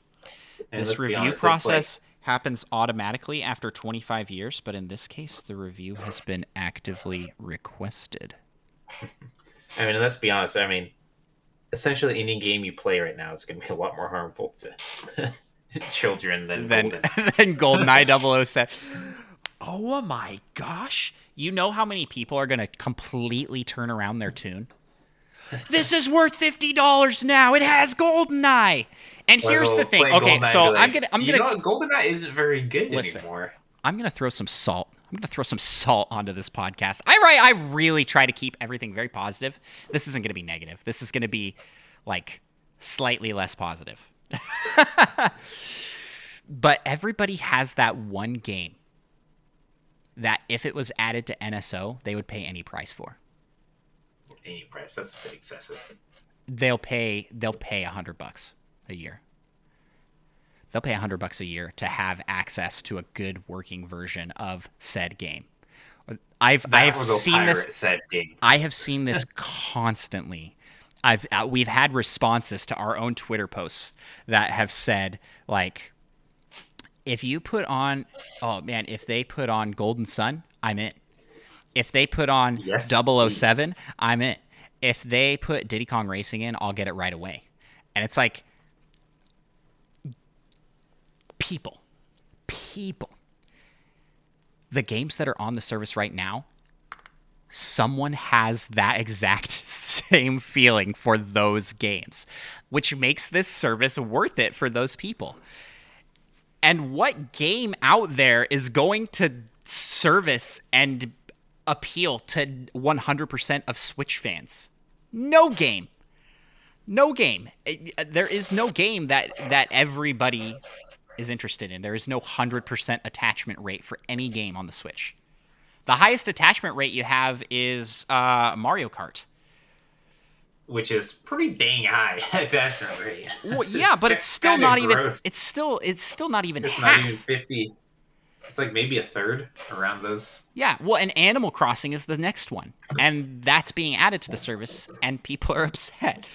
It's like, so no matter how high the attachment rate is for what game, yeah. So I'm just pointing out that if your game comes to the system, you'll probably be like, okay, I'll get it. I'm not gonna be happy about it, but I'm gonna get it. Yeah. That retro code, like I just want Mischief Maker on it. Yeah, everybody's got their game. Everybody's got it.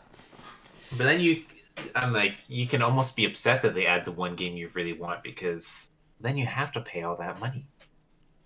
It's true. Like, oh, you got me. Just having N64 on the system was kind of like okay, you got me, Nintendo. I'll pay whatever it is you want me to pay. I just like N64 games. And being able to play them online, super fun. And it works really well, you know? Wait till GameCube appears in Soul Calibur 2. Oh, that retro code. You got it. Oh, yeah. That's some wishful thinking. But that would be cool. The best moment I've ever had playing Soul Calibur 2. So I was playing with a friend, and they were actually playing against a PC, and the computer glitched. And Talon has this like front flip double leg kick that they do, and they kept spamming it without landing. So my friend got caught in this infinite combo until he fell off the edge. It was the funniest thing I've ever seen in my life. Just his reaction to this whole thing unfolding. But Soul Calibur 2, I love that game. Playable Link. That's the best part of that game. Oh, yeah. Super cool. He's so annoying. He's always finding those bombs. Yeah. Ooh, like $90 a year added expansion, or to include everything. Yeah, who knows? Yes. Knock please is suggesting GameCube games $90 a year expansion. I do think they're gonna charge more for the GameCube games if they do Oh that, yeah, if they right? add more. I mean, GameCube is just a treasure trove, and those games are expensive to find elsewhere.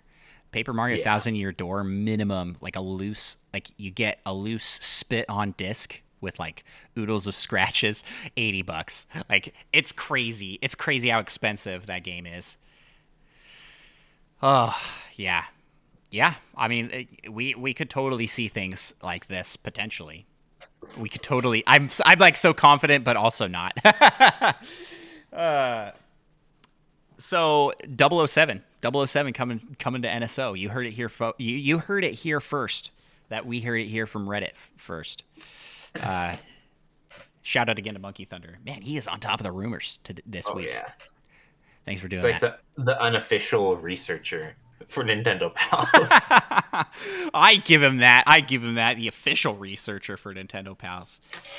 If you want to see some of this stuff early and have these kind of chats, jump on over into our Discord. The links to that will be in the description of the show. I'll also drop a link in chat here as soon as I'm done carving my pumpkin for everybody watching live that would like to join. We are having a good time over there on Discord. Talking Halloween candy this week. We'll have to talk about that. I think I finished my pumpkin well enough that Hey, that's good because I done just for now. finished drawing, so now I can start carving. Which means you could probably take the next part of the show here. Yes. Stretch out a little bit for a sec. Pumpkin carving, man, it's a lot more intense than I remembered Oh it being. gosh, I also almost stabbed myself twice. Okay, where were we? Did Miners, Warner Bros. We're in the community corner now, aren't we? we're in the community corner. There we go. Man, I and we got a bumpered it. great first question from Hambone Johnny. What would a Luigi's Mansion spin-off look like? And I know since you're such a huge Luigi's Mansion fan, I'll let you start this one off. So I think that you would see a game where you play as a Boo, and you are trying to expand your reign on a mansion. So like you come in to haunt a house. This is my exact idea. Oh really? Yeah. You come in to haunt a house and you have to get the toads or the whoever lives there to leave. Yeah. And then potentially maybe you go to multiple houses and you try and take over the street or something like that. I don't know. That was what my brain went. That is my exact thought. I wasn't sure if I feel like it would kind of make more sense if you're scaring toads out.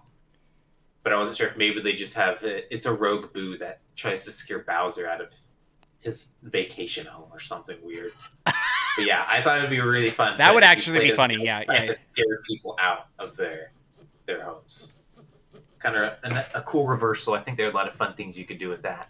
Yeah, it's kind of like that Ant Sim game you were telling me about, but exactly. You play as a Boo Simulator. Yeah, the good old Ant Simulator from like 1988 or whatever. Well, do you have any other ideas? Because it feels kind of lame for us to both give the same answer.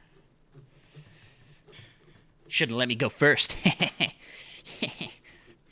Well, I just assumed your idea would be garbage, and then I'd swoop in and save the day. Nope. I had a good idea. Hire me, Nintendo. Just feel free to hire me. I don't know. I mean, that idea is just so good. Yeah, I don't really know. Like, what other characters do they have? We have like a prequel of I can't even remember his name. The doctor dude who invented the vacuum. I just played this game like 2 months ago. Yeah, gosh, I'm blanking on his name. EGAD. EGAD, yeah. Dr. EGAD. A prequel with a young EGAD clearing some mansions or something. Oh, we've got some more questions in chat, but here at that retro code answers someone said, I think the professor has to make blueprints and you send it to other players to find these items, take a picture and send it in First to send it in wins coins. That's a cool game. Cool, nice multiplayer. Yeah, I was gonna say it seems like they would probably go like some sort of party game. Yeah. Let's just get a Expand sequel. that Nintendo Land. You know it. Oh my Yeah. goodness, we're on the same wavelength We're on the today. same page so hard with this. Oh man, yeah. I was gonna say we just get a sequel to the Luigi's Mansion game on Nintendo Land. That's a great game. That is a fantastic game. Knock, please, has a question to add to the notes. We'll add that to the notes. We'll get to that one towards the end. We do have a lot of questions, but you know, I have a lot of pumpkin left to carve, so we got some time. I guess we'll move on to I'm assuming his name is spelled incorrectly in here. Solo Summer King. Something solo something. Sorry, bud. I typoed that. How do I typo solo something? Solo something. Do you think Nintendo US taking away physical rewards using silver coins is a trick or treat type stunt? Trick in taking them away is a temp thing, and treat in that maybe the Nintendo Club is coming back. I do not think this is true, but I would love it. I would absolutely love. I missed out on Club Nintendo because I just didn't know that was a thing. I have been a Nintendo fan forever, but I just didn't know about Club Nintendo. I should have known. I should have, just opened up any of my games and looked at the insert. And signed up because I would have got some. I would have for sure got some cool stuff. I bought so many Nintendo games. I would have had a ton of points. I'm mostly thinking / hoping that this is just there's some sort of issue with it, and they took it down to fix it. It'll be back up soon because I've been getting pretty excited. They've been ramping up their physical rewards. It seems like they've had quite a few cool ones recently, so I really hope those are around to stay. I agree with you there. I kind of am hoping that it's taken down for some sort of revamp. They're gonna be putting a bunch of stuff up. Because Nintendo Japan, I didn't talk about this in the news. My Nintendo reward, they are getting keychains for all the N64 games that came at launch, and they're pretty cool looking. I actually would get those and probably take them apart and make them into a wall decor piece, like put them into a shadow box or something like that. Be pretty cool. That'd be cool. Yeah. So, is it a trick? No, I think it's probably an error. It has to be. But I don't know. I feel like they haven't said anything about it. I looked everywhere before the podcast because I actually was listening to a cast and they said, "Oh yeah, it's for sure a mistake. It'll come back." And I was like, "Where did they get that info?" I don't know. They have insider info. Confident.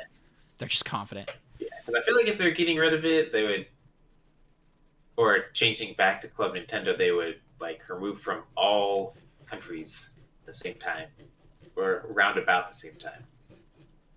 If it starts dropping off other places, I would start to get a little concerned.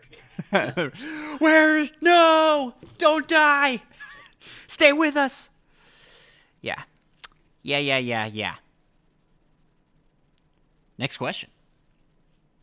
Yes. From Dan. Have you ever been scared or shocked by something in a non-scary game? And then he gives an example. The dragon in Mario Odyssey scared the heck out of me.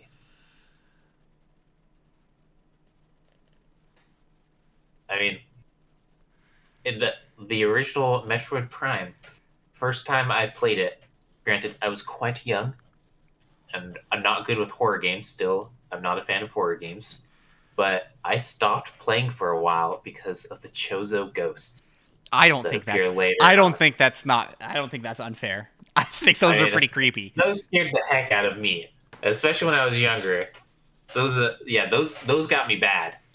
And Metroid Prime is one of my favorite games ever. So I was traumatized.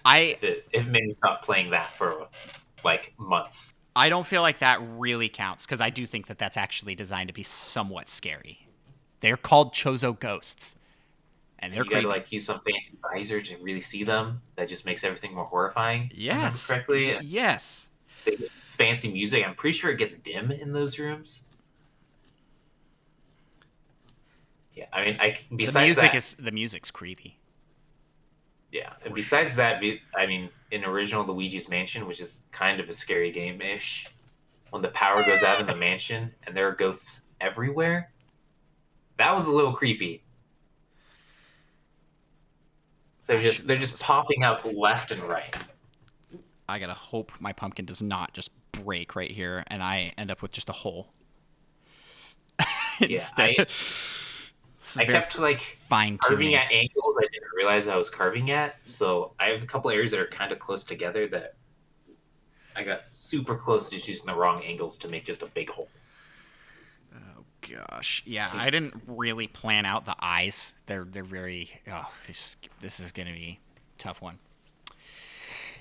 You got any?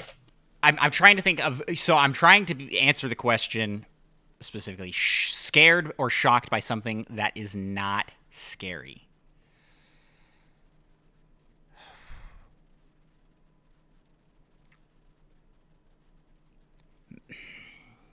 Does Bobby the Bomb count?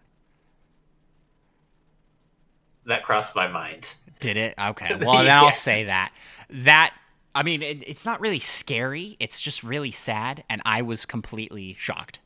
Like, yeah, I'm what? not expecting that. What? I think I had seen And it before. has, I had that spoiled, but I just didn't believe it still. I was like, and it has like serious implications in the Mario universe gosh, it's so that are just sad. horrifying. Yes. Yeah, all these bombs that are like, Just thousands of bombs. yeah, oh yeah, because They then all have later in the game, families. you're just, yeah, they are the ammunition, and you are It just is shooting. blasting them. And they all have families, probably. It's okay though, because those ones weren't your friends. Yeah. That's We what don't care about Nintendo's those trying ones. to say. It's like it's not your friends, so it's fine. That's a great question, Dan. I do find it funny that the dragon in Mario Odyssey scared you. I thought that was really weird. I was like, what? But that game had a lot of shock factors in it. You know, you go to like New Donk City with people walking around. I was like, what? And then from there, you jump around and you eventually go to the Luncheon Kingdom, and it's all like completely different color scheme. Like those can't actually exist in the same world kind of color schemes. It's cool. Let's back to the Paper Mario though. The water that was kind of shocking. It's a For really that good looking one part, water. they went so hard. They On did. that It's like the best. water. It's like the best water they've ever made. Yeah, like the one of the best comments I've seen about it. I don't remember who said it, but it was just like, why is the best water in any video game ever in a Paper Mario game? Kind of true. It was really. Someone else had mentioned it like, I don't know if I can live my entire life knowing that I'll never be able to drink the Paper Mario water. What a It's weird. like the most refreshing water they've ever seen. Refreshing looking water. Knock please has an answer in chat here. I'm gonna save that because we do have a question that answer will apply to. He was like, "Wait, is this from a not scary or something that's scary in a non-horror game?" This is something that shouldn't be scary. Scared or shocked by something in a non-scary game. Yeah, yeah. Also, okay, I'm gonna keep these answers up. Also, I see you all in podcast because I've got a segment where we'll talk about this. So next question. Thanks for the question, Dan. Check out Retro Logic, our buddy over there. From Spider Shan, what's the perfect Halloween treat to eat while gaming?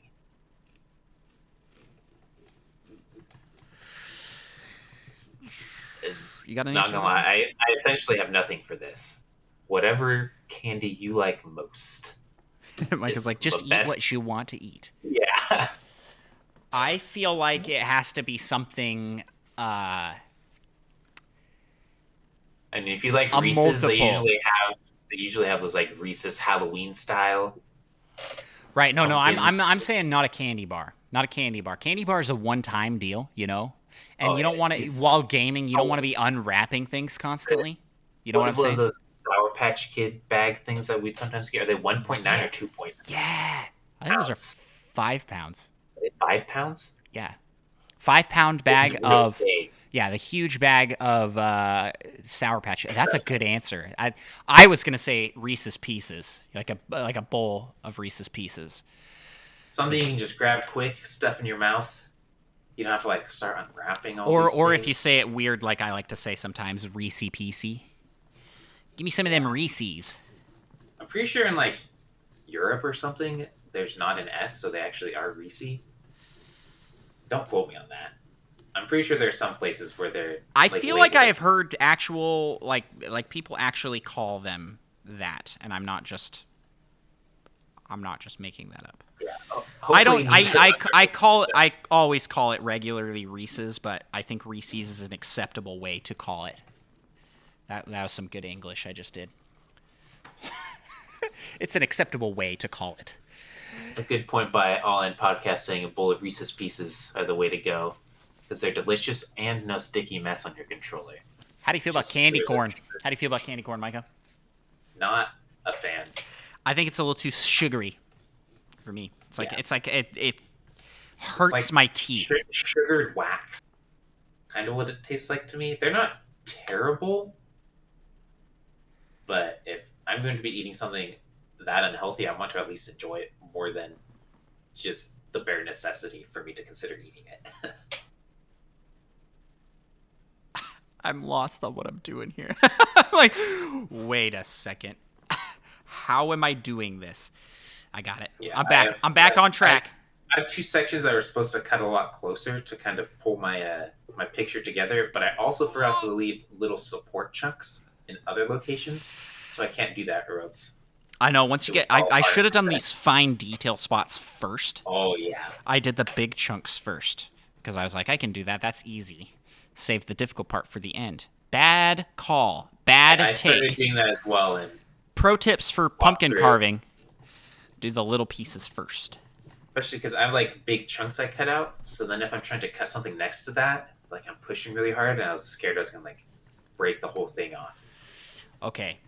I think we've answered Spider Shan's question.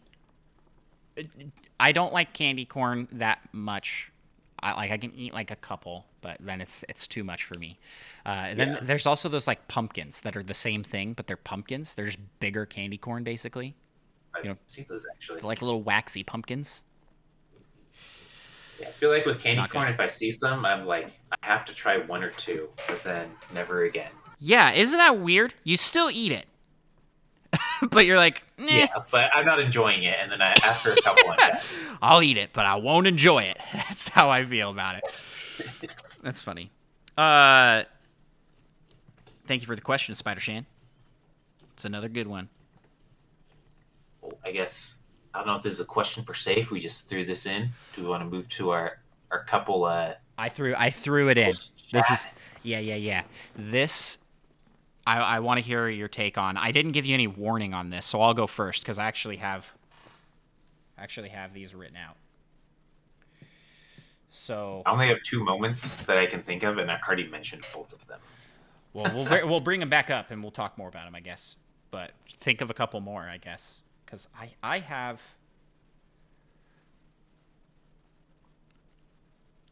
I have 5 moments. 5 moments. So here, Micah and I are going to list our top 5 scary moments in Nintendo games. And this doesn't necessarily have to be from a scary game. And we have some great moments in chat as well. But I don't think anybody's listed the ones I'm going to list here. So, I don't know what order I should go in here. Yeah, I'll mine go- aren't in any specific order. per Okay, se. I'm gonna go in an order here. I'm gonna say number 5 for me is the ghosts in Mario Galaxy. They are in the Freeze Flame Galaxy, I believe.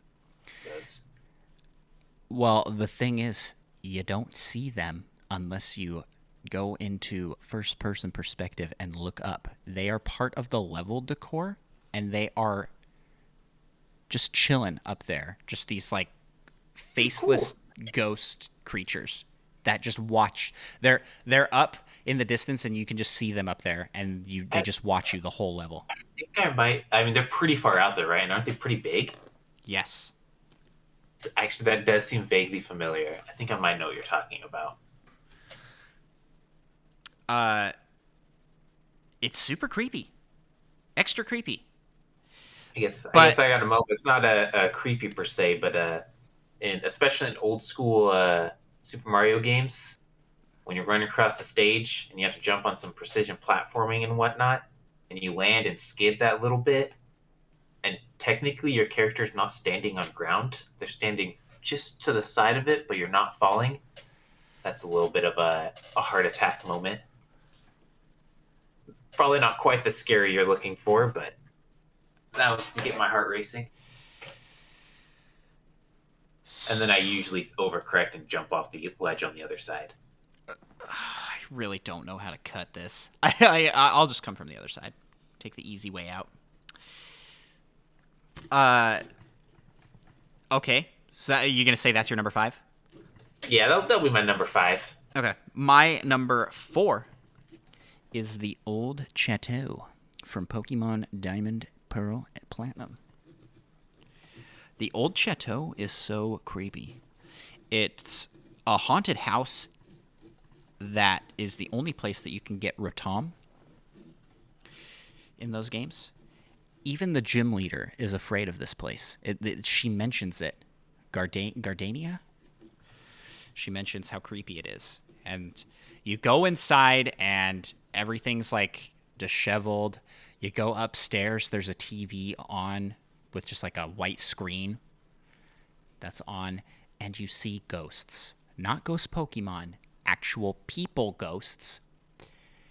And like you'll go into a room and you'll see the ghosts in the room next door, and they will go out. And you're like, "Oh!" And you go out, they're gone. Like and you go to the kitchen, and there's like a ghost of a butler. And as you walk towards him, he walks into the kitchen area and then just disappears. They don't walk either; they float. They don't have a walk animation. Glide. It's really creepy, mixed with the music. It's just everything about it's creepy. I don't like it. I don't like the Old Chateau. That's my number 4. And I'm gonna throw in all ends answer here. He said the obvious one for me is Lavender Town. Lavender Town does have some creepy vibes to it.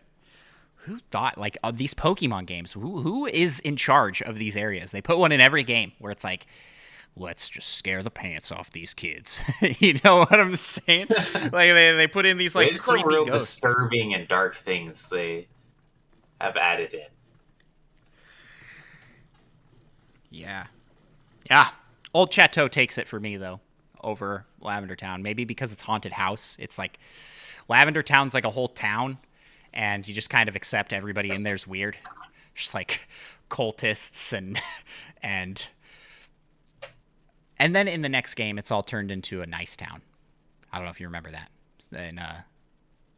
In Crystal. In Crystal, when you go back there, it's now the ghost tower's been replaced by a radio tower.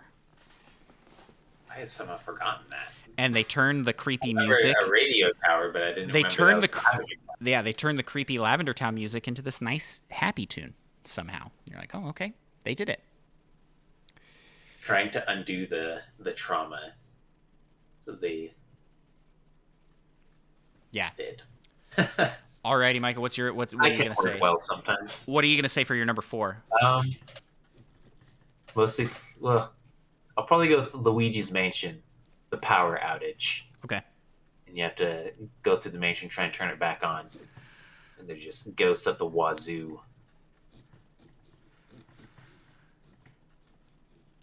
But they're not like super scary ghosts. No, they're not super scary ghosts, but they do like pop up, and their popping up can surprise you.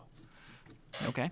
So I wouldn't say it's not necessarily super scary, but there's some tension because you know things are just going to be like popping out at every moment. So you're you kind of psych yourself out a little bit because of that. Yeah. Jump scares are going to lead into my next one here. Wait, no, it's not. We're on number 3. We're on number 3. Never mind. My number 2 is jump scare. I might change the order, actually. Okay, number 3. Metroid Dread Emmys. My goodness. And I'm going to pair the SAX in here as well, because it uses a similar mechanic. Saxophone? The SA-X. The bad guy from Fusion. The evil Samus in Fusion.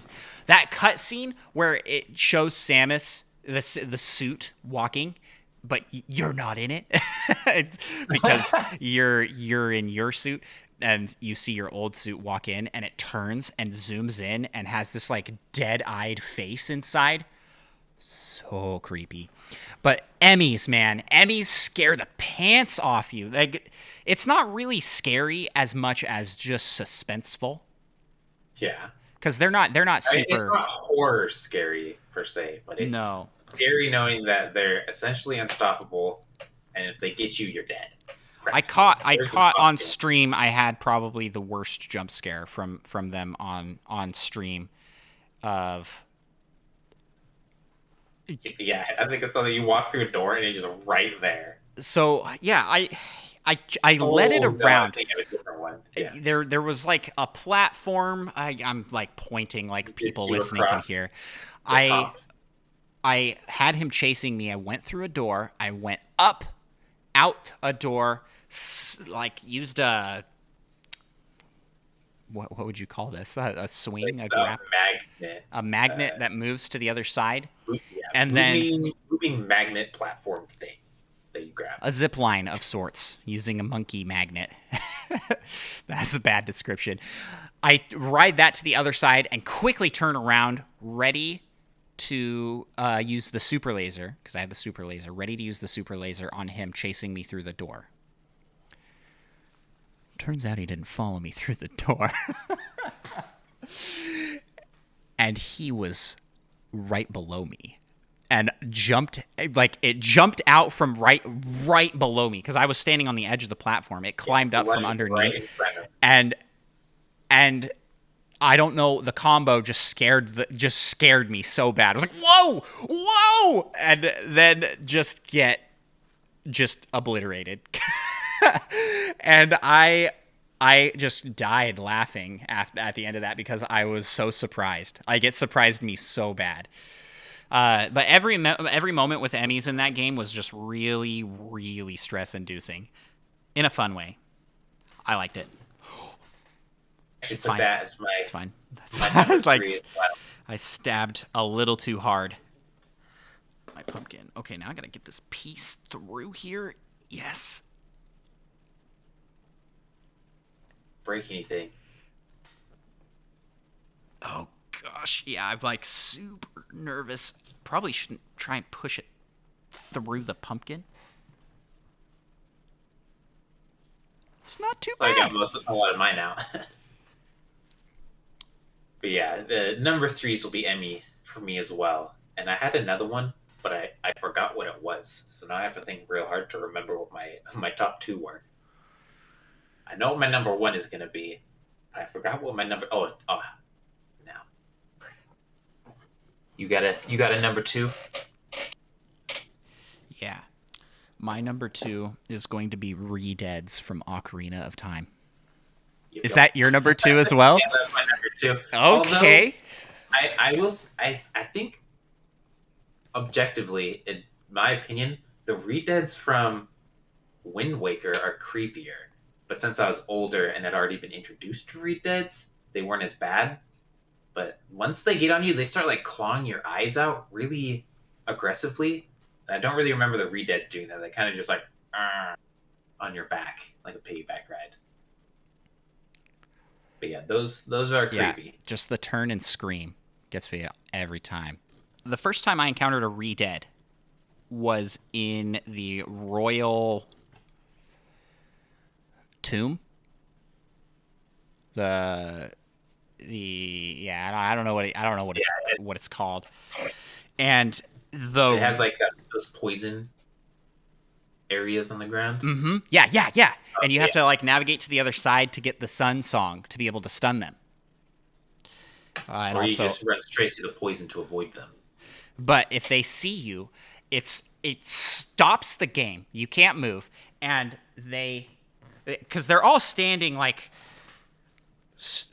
lifeless, staring down, and then they see you and like slowly turn and just start walking towards you like super slowly. Extra creepy. Oh my goodness. And as a kid, that was horrifying. It was like, oh gosh. And when they get you and give you a nice hug, you're out. You're dead. There's nothing you could do. Is there a way to get out of that? Oh yeah, there is. You just spam your buttons.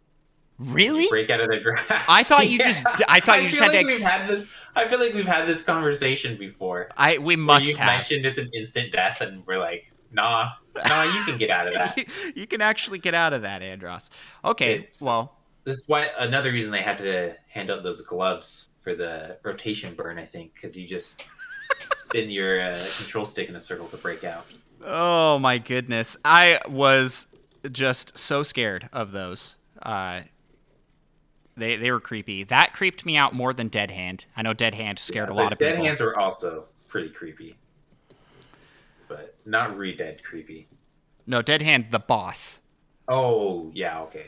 I was thinking of those. You're thinking of the hands. Those hands that snatch you. Yeah, no. I'm thinking Dead Hand, the boss, which is like, yeah, he's horrifying. He's horrifying, but didn't quite have the same effect on me as the re-deads. So that's your number 2. That's my number 2. You want to give your number 1?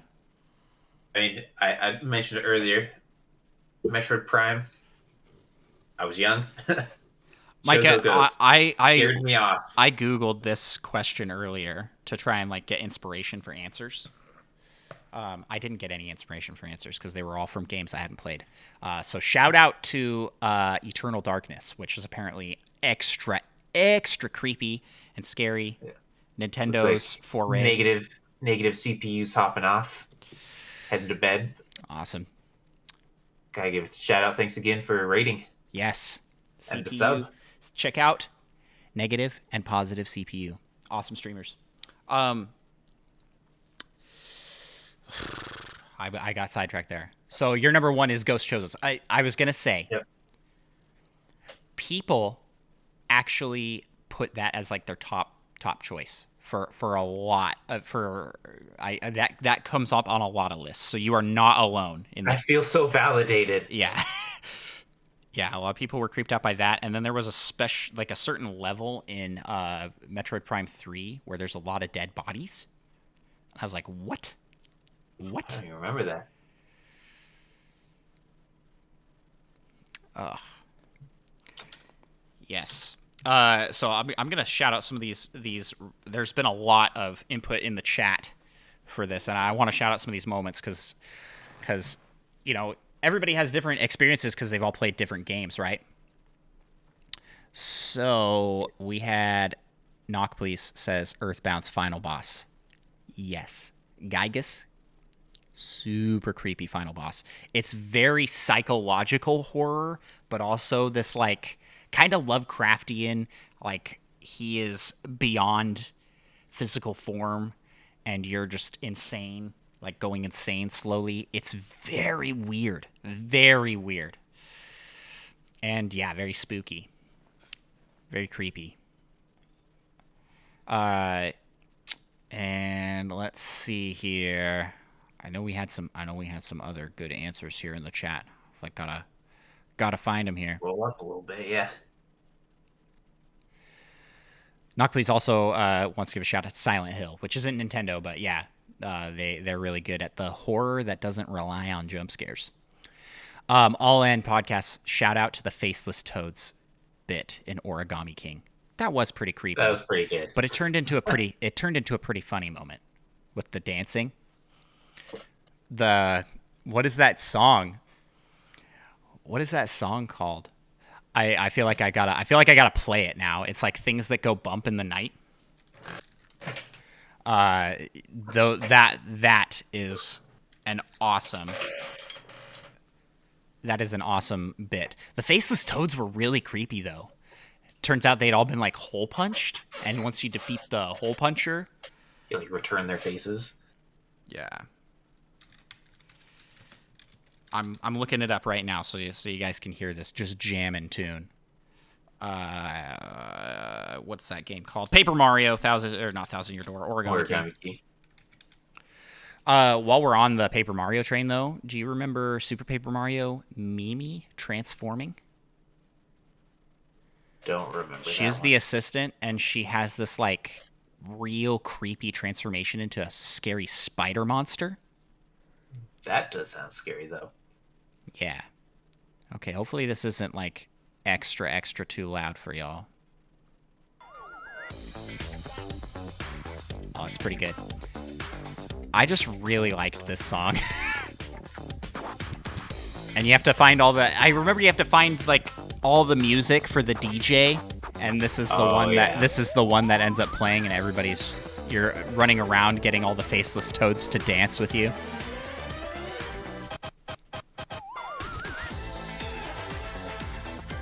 Oh, such a classic song, and really great game.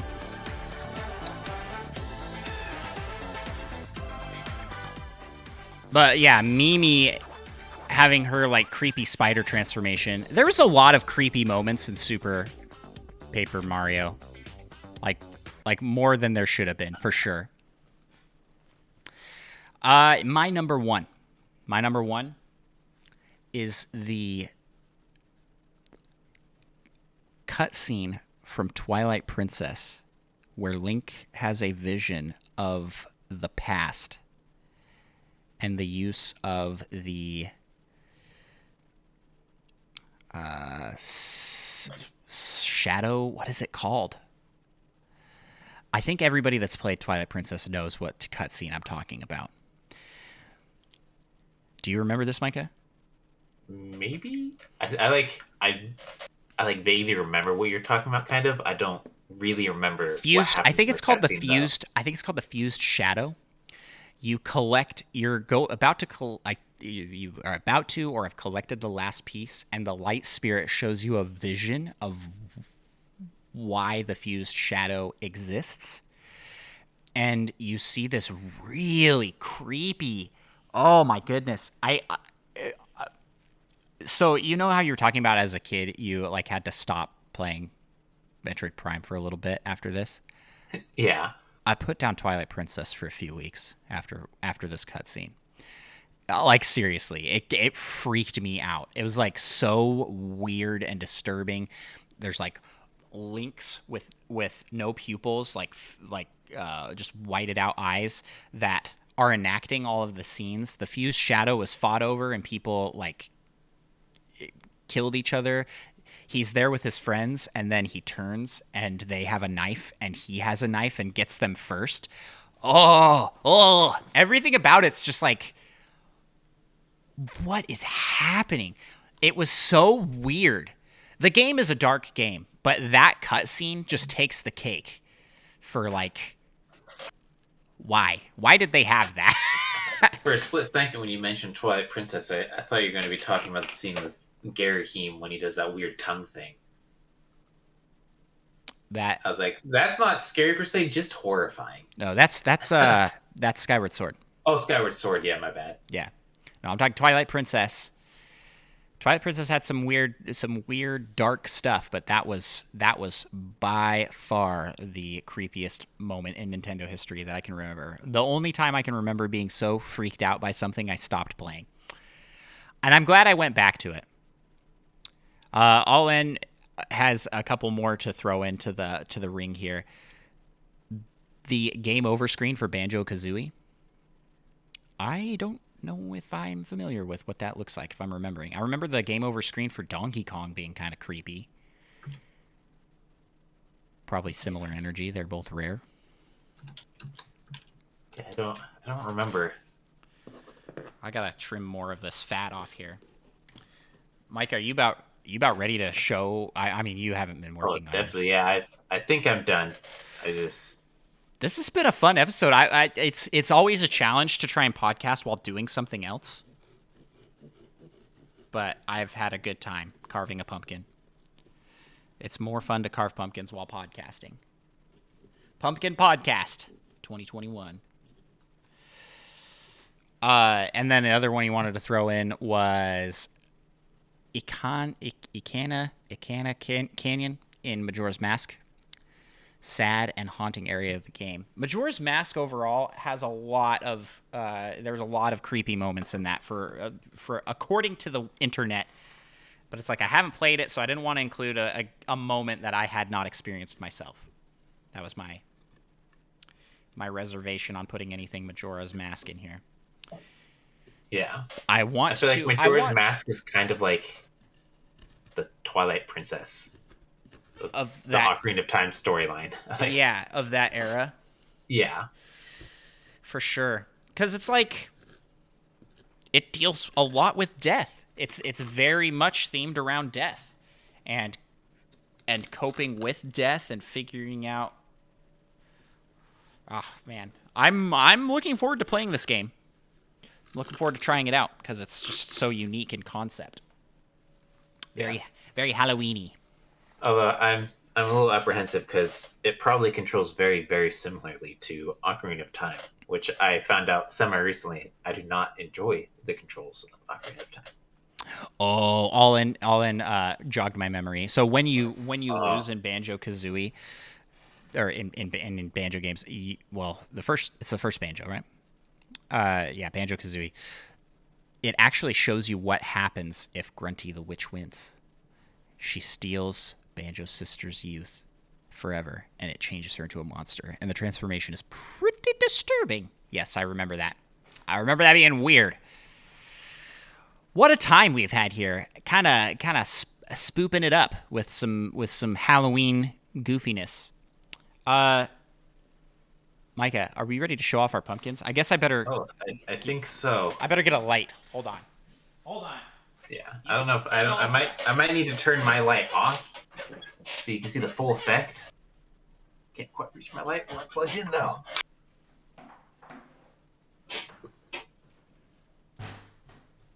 Excellent, I got it.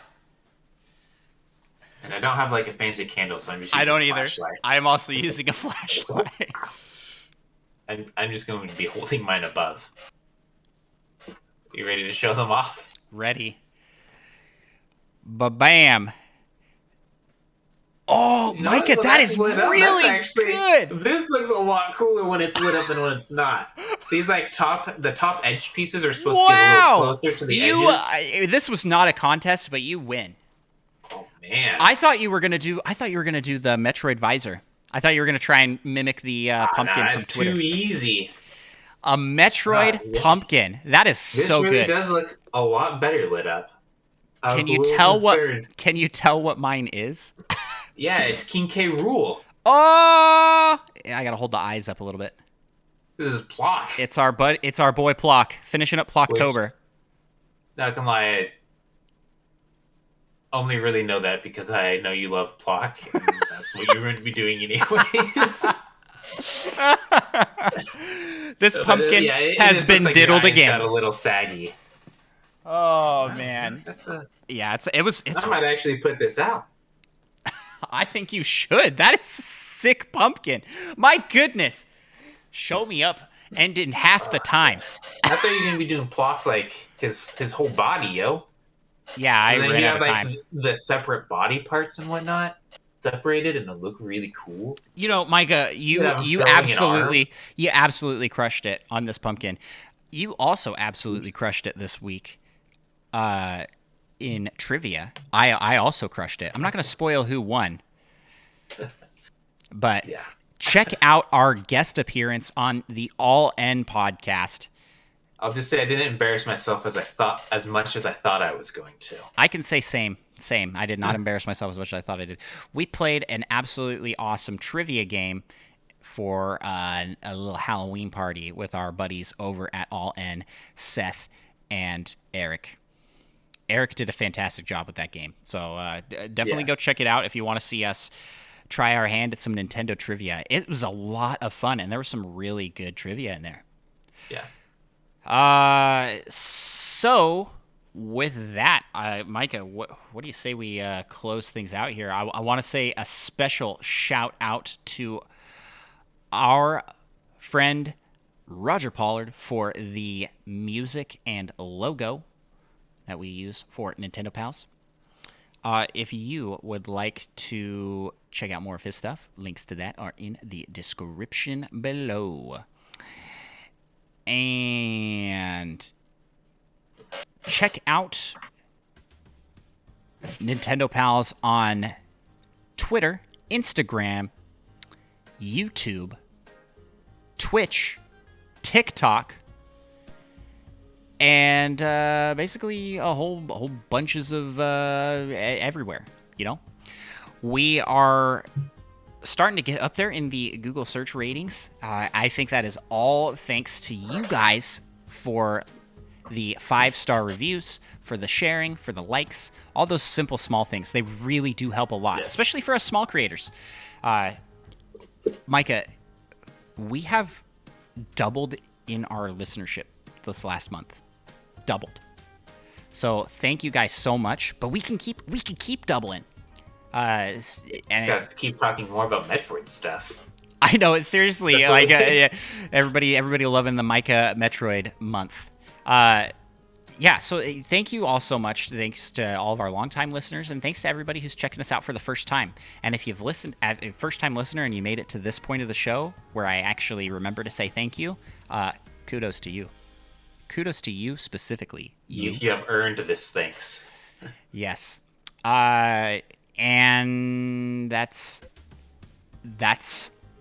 I think that's it. Please leave us a 5-star review. Really does help out the show and helps our pride. Yeah. Will to live every time a 5-star review just. Ooh. So. I mean, we have a that's. I shouldn't have shown it so low to start. Our will to live once you get a 5-star review. I was like, it's a very low will to start. We really do appreciate it, though. Thank you all so much for the support that you show to the show. Micah, do you want to take us out here with a closing remark? So I'll just keep it pretty simple. I failed already. Happy Halloween, everyone, and stay safe. Yeah. Have fun eating that candy. We'll talk to y'all next week. It's Halloween, everybody. Halloween. Dang it.